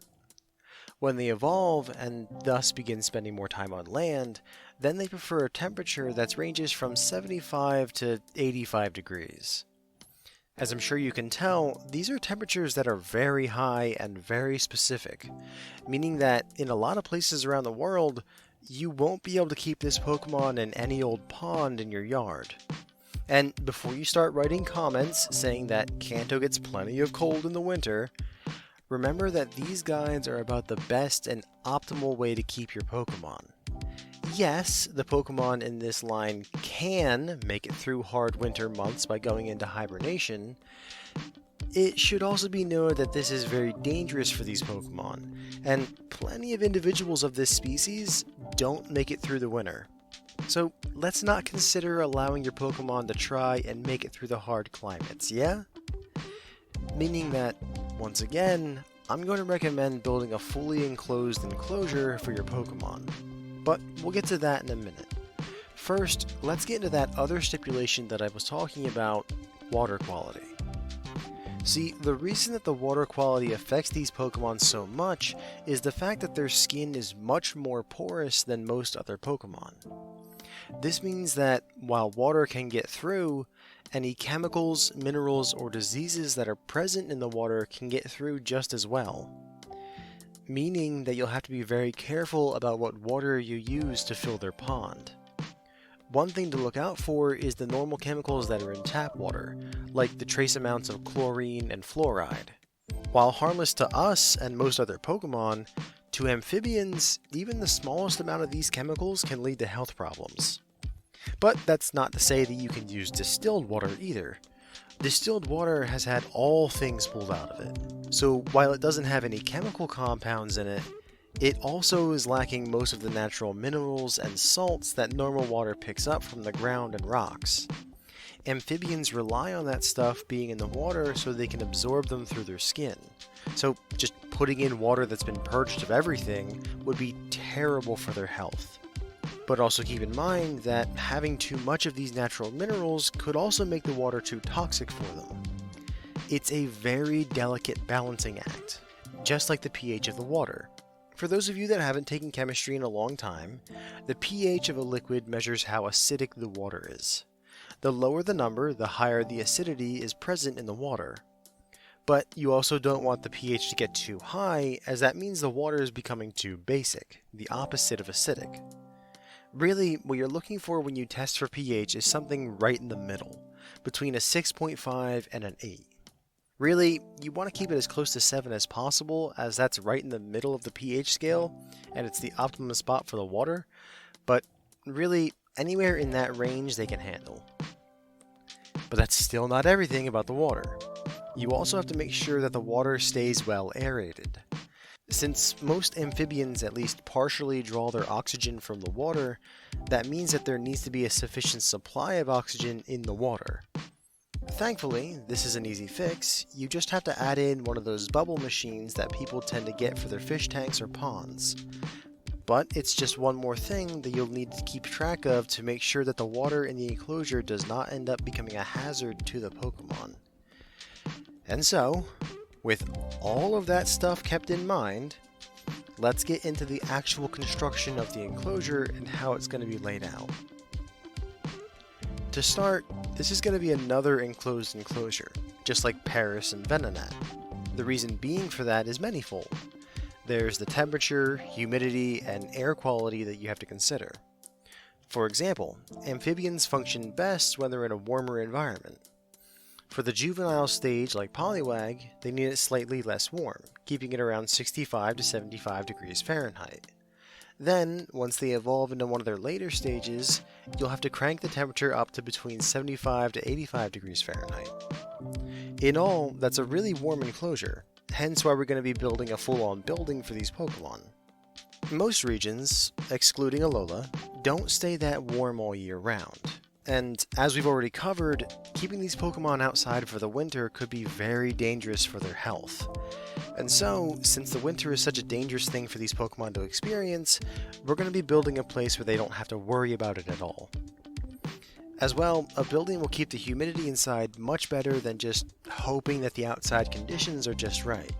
Especially since you're aiming for a humidity level of 80 to 90% all of the time, which will be really hard to get correct if you just have it out in the open.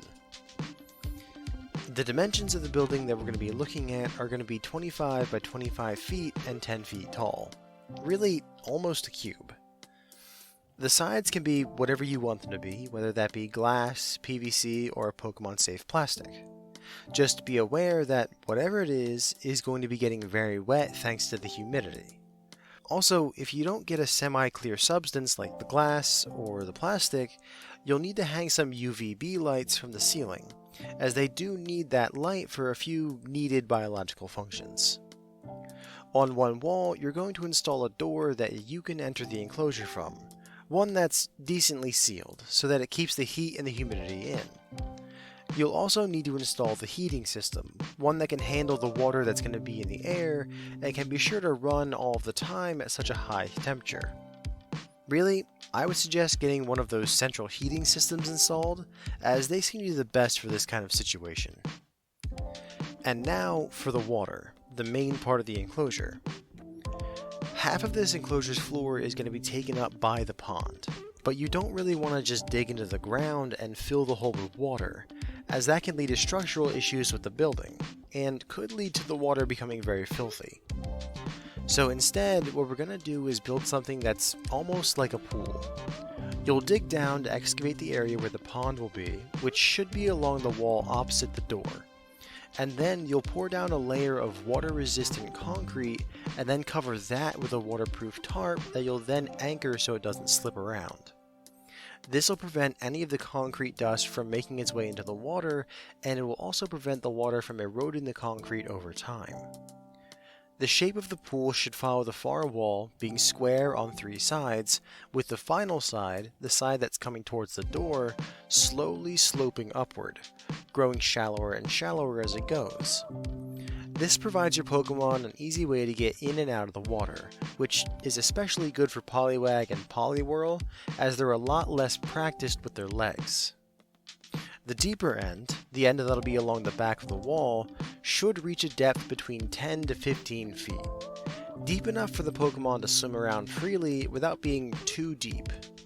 And don't forget to install a filter and the aerator for the pond as you're setting them up, as they'll be much more difficult to set up once the pond has already been built and filled. Then, once it's complete, you'll need to fill it with water that meets all the specifications that I mentioned above. That can be pretty tricky to do on your own, so the best method may be to have a company come in and fill the pond for you, if you don't have one come in to build the rest of the enclosure already. Once the pond has been filled, and you're sure that the filter and aerator are working properly, you should decorate the pond with a few fake plants. A few grasses along the bottom, a few flowers along the rim of the pond, and especially a few lily pads that are anchored down to the bottom of the pond. This will provide your Pokemon with a more natural environment to live in than just an empty bowl of water. Just be sure to get the fake plants though, as the real ones can start to die off at some point and rot and lead to nasty side effects in your pond. The last part of the physical enclosure that we're going to talk about is the other side of the floor. Between the door and the pond, you should have a simple grass lawn between the two. This will allow for any water that gets spilled over the side to get absorbed by the grass, and provide a nice, natural space for your Pokemon to hang out when they're outside the water. especially for Poliwag, as they're always eager to explore the land with the rudimentary legs. And you don't have to worry about reinforcing the ground, as these Pokemon aren't known for their abilities to dig or change the surrounding earth. So at least you don't have to worry about them breaking out by digging through the ground. The last major thing that we'll be talking about are the other Pokemon lines that can be housed with the Poliwag line.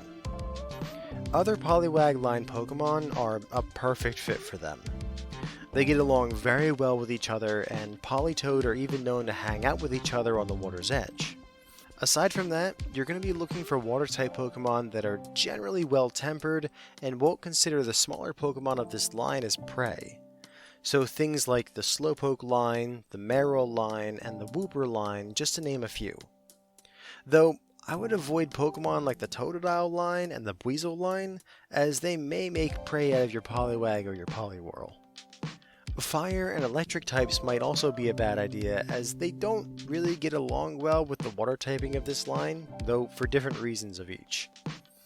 As well, many small bug-type Pokemon would be a bad idea, as after the Poliwag stage, these evolutions become carnivorous. Speaking of which, Poliwag would be bad to house with some of the smaller grass-type Pokemon, as it's the only member of this line that's a herbivore, and the grass types would do a lot of damage to the small guys if they get upset enough to attack. And always be aware that the enclosure that I described for this guide is only set up for one Pokemon. So if you are planning on adding in more of any type, be sure to expand the enclosure to accommodate the new Pokemon's needs. Availability. These guys are absolutely a Kanto region Pokemon. Like, there are some Pokemon that we've covered that are in the Kanto Pokedex that really aren't available there. The Sandshrew line pops into my mind when I think about it. But these guys, the Poliwag line, they are everywhere in the Kanto region. If you can find a body of fresh water, then you can find one of these Pokemon. At least, that's the case with the first two evolutions. Poliwrath is harder to find, as that means that a Poliwhirl would need to come into contact with a water stone in the wild, which, I mean, isn't an impossibility, but it's not something that'll happen often at all. But that might be a good thing, as they're the only ones that gain the fighting type, so they don't really have that relaxed and calm attitude that its previous two evolutions have. And the rarest member of this line is Politoed, and for good reason. Being trade evolutions, these Pokemon are exceptionally rare in the wild. If you do find one, then it's most likely a Pokemon that a trainer released for some reason. There's a small possibility that a wild Poliwhirl experienced an electric current while holding the King's Rock, probably by being shocked by an electric-type Pokemon, but that's such a specific circumstance that it hardly ever happens. As for the breeder scene, there is a decent market for these Pokemon. Despite their high enclosure requirements, they're very easy to house with each other, and for the people out there that enjoy having amphibians as pets, then these are some of the best ones that you can get in that regard. That popularity means that any breeder that wants to raise them will find a ready and willing market to sell to. And because of that, it's very easy for you to find somewhere to buy one. Sure, it might cost you a bit more to get one of the final evolutions, but I'm sure there are plenty of breeders out there that would be willing to buy one of the needed items for the evolution. Of course, as a trade evolution, a breeder might be your only way of getting a Politoed, unless you're very, very lucky in the wild. And always remember, I recommend getting a breeder-raised Pokemon, as then they're more used to being around people, and you can be sure that you'll be getting a good, healthy Pokemon in the end. Care. You know, it wasn't until I was this far into the guide that I realized we're very far into it, and we've only really talked about the enclosure. And for good reason, as there are so many complex things that go into the enclosure for these kinds of Pokemon. But luckily, the inverse is true for the care section of this video. There really isn't that much that you have to do to take care of them, and most of it is taking care of the enclosure. For example, you will have to regularly check and take care of the pH of the water. The tests to do so are pretty easy to get a hold of and cheap to buy. But test it often, at least once a week. If you notice that the pH starts to change, then you can take steps to get it corrected, whether that be emptying the pond and replacing it with new water, though that can be expensive, or you can just get chemicals that can be used to adjust the pH back to what it should be. Just if you're going to be using that way, be sure to look up how those chemicals will interact with the amphibian Pokemon, and more importantly, be sure to find out how long it takes for those chemicals to dissipate in water. Just always remember that when you're doing this, remove the Pokemon from the environment and place them either in their Pokeball or in a separate space while you wait for the chemicals to dissipate and the pH to return to normal. After that, you'll also need to make sure that you keep the rest of the enclosure clean. With how high the heat and humidity are, there's a good chance for different things to start growing in the enclosure. It'll be a perfect environment for things like algae to grow. It would be best for you to clean the enclosure at least once a week to prevent any buildup of bacteria or something of the like. Again, the best way to handle this would be to remove the Pokemon from the enclosure and dilute a cleaning product in water and then use that to clean the rest of the enclosure. Afterward, use warm water to clean off any residue left from the cleaner and allow that to dry completely before reintroducing the Pokemon to the enclosure. Speaking of making sure that things are always clean, always be sure to clean yourself before and after entering the enclosure. Since these Pokemon are so susceptible to their environments, you can very easily bring in something on your skin or your clothes that could make your Pokemon sick. So before you enter the enclosure to interact with them, be sure to clean yourself and any clothes that you're wearing. But aside from just being sure to keep things clean and healthy, it's only regular maintenance that you have to do, like make sure the heat keeps working and the water systems don't break. It's small things that you have to do daily, but it will be daily. As for interacting with these Pokemon, there really isn't much that you can do with these guys. They don't really interact with people to the level of Pokemon like Growlithe or Meowth, but then again, they aren't exactly Pokemon that you shouldn't go near, like Venonat or Paris. At most, these Pokemon will bond with you, but the only way that they'll show it is by approaching you and hanging out with you when you enter their enclosure. Just some words of advice: don't go swimming in the pond. No matter how clean you may be getting, no matter how well you scrub yourself down before coming into the enclosure, there is always the chance that you missed something, and introducing that to the water is a quick way to get your Pokemon sick. Also, be sure not to hang out in the enclosure for too long. With the high humidity and heat, staying in there too long could be detrimental to your health. The level of water in the air just isn't good for human lungs. And after that, really the last part of caring for your Poliwag evolution is gonna be the food. This is another interesting case where the younger evolution has a completely different diet than the later evolutions. Poliwag, being the youngest stage that it is herbivorous, meaning it only eats the plants and berries that'll grow in or near the water. So the best things to feed them are things like lettuce, spinach, or broccoli. The best way to serve them this food is to actually boil it first in fresh water, as this will get rid of any harmful bacteria that's in the plant, and it'll also soften the veggies up for the Pokemon. Unfortunately, there really isn't any amount that I could find online of how much you're supposed to feed Poliwag, but most of the advice I found was to keep an eye on them when you feed them. If they don't eat everything, then reduce the amount you feed them, and if it seems that your Pokemon has less energy and is starting to lose weight, then feed them some more. Also, thanks to their slower metabolism, you'll only need to feed them every 3 to 4 days, which is nice on your wallet. When we talk about the later evolutions from Poliwhirl and up, they switch from having a herbivorous diet to a carnivorous one. They begin to prey on small bug-type Pokemon like Cutiefly and Burmy. They may also go after Caterpie and Dewpider if they're on the smaller side, but that's only if those are smaller Pokemon. A lot of times, Caterpie and Dewpider are too big for them. And with that, we come to the unfortunate truth behind amphibian Pokemon. They need to eat live prey. That's one of the reasons that I didn't mention Joltik among those Pokemon, as the electric typing would be bad for your Poliwag evolution to run into. I know that feeding live prey to your Pokemon isn't for everyone.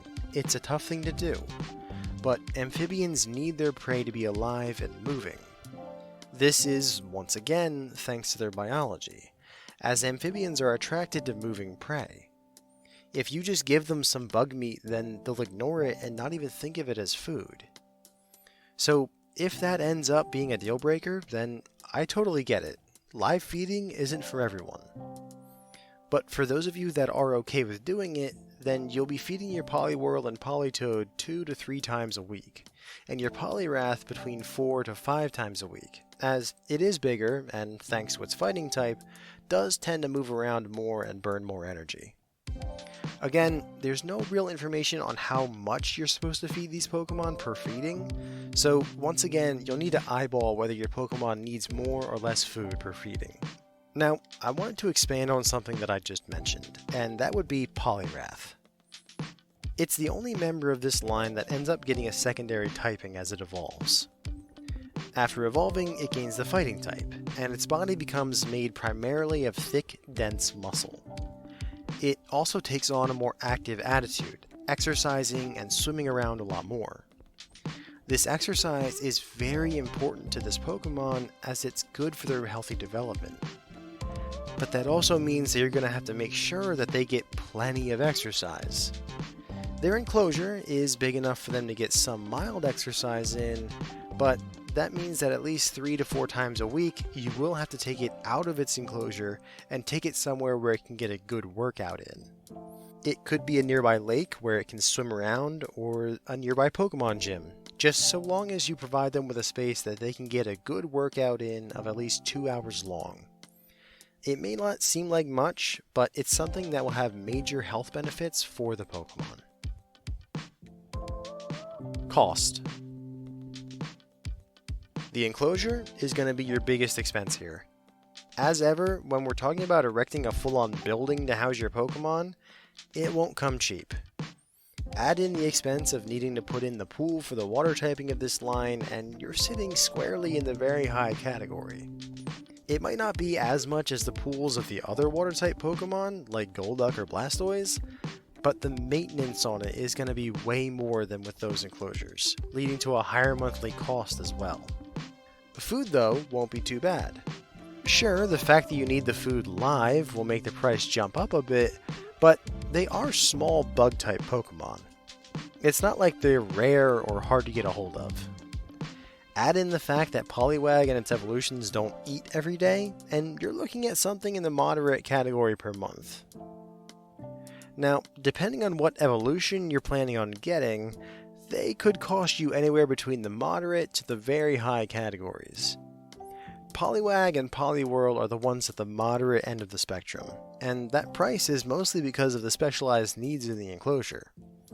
Poliwrath will be around the high category because of the cost of the stone will push it up somewhat, and Politoed will be the most expensive one out of all of them. Again, because the King's Rock, which is harder to find than a water stone, it'll bring up the price much more. So it's really dependent on what form you want to get. Or you could go out and catch one, which wouldn't be too bad for these guys as the lower evolutions are pretty easy to find. Conclusion. Amphibians like this can really be hit or miss with many people. Plenty of people just can't stand how specialized their enclosure needs to be, or how they need to eat live food, or the fact that they can tend to feel a bit slimy to the touch since they live in such a humid environment. And I totally get that. Those are very valid reasons not to like these Pokemon. But if those things aren't deal breakers for you, then these could very easily make great pets for you. Low maintenance and easy to just hang around with, I know plenty of people that simply love the Poliwag line for how calm and easygoing they can be.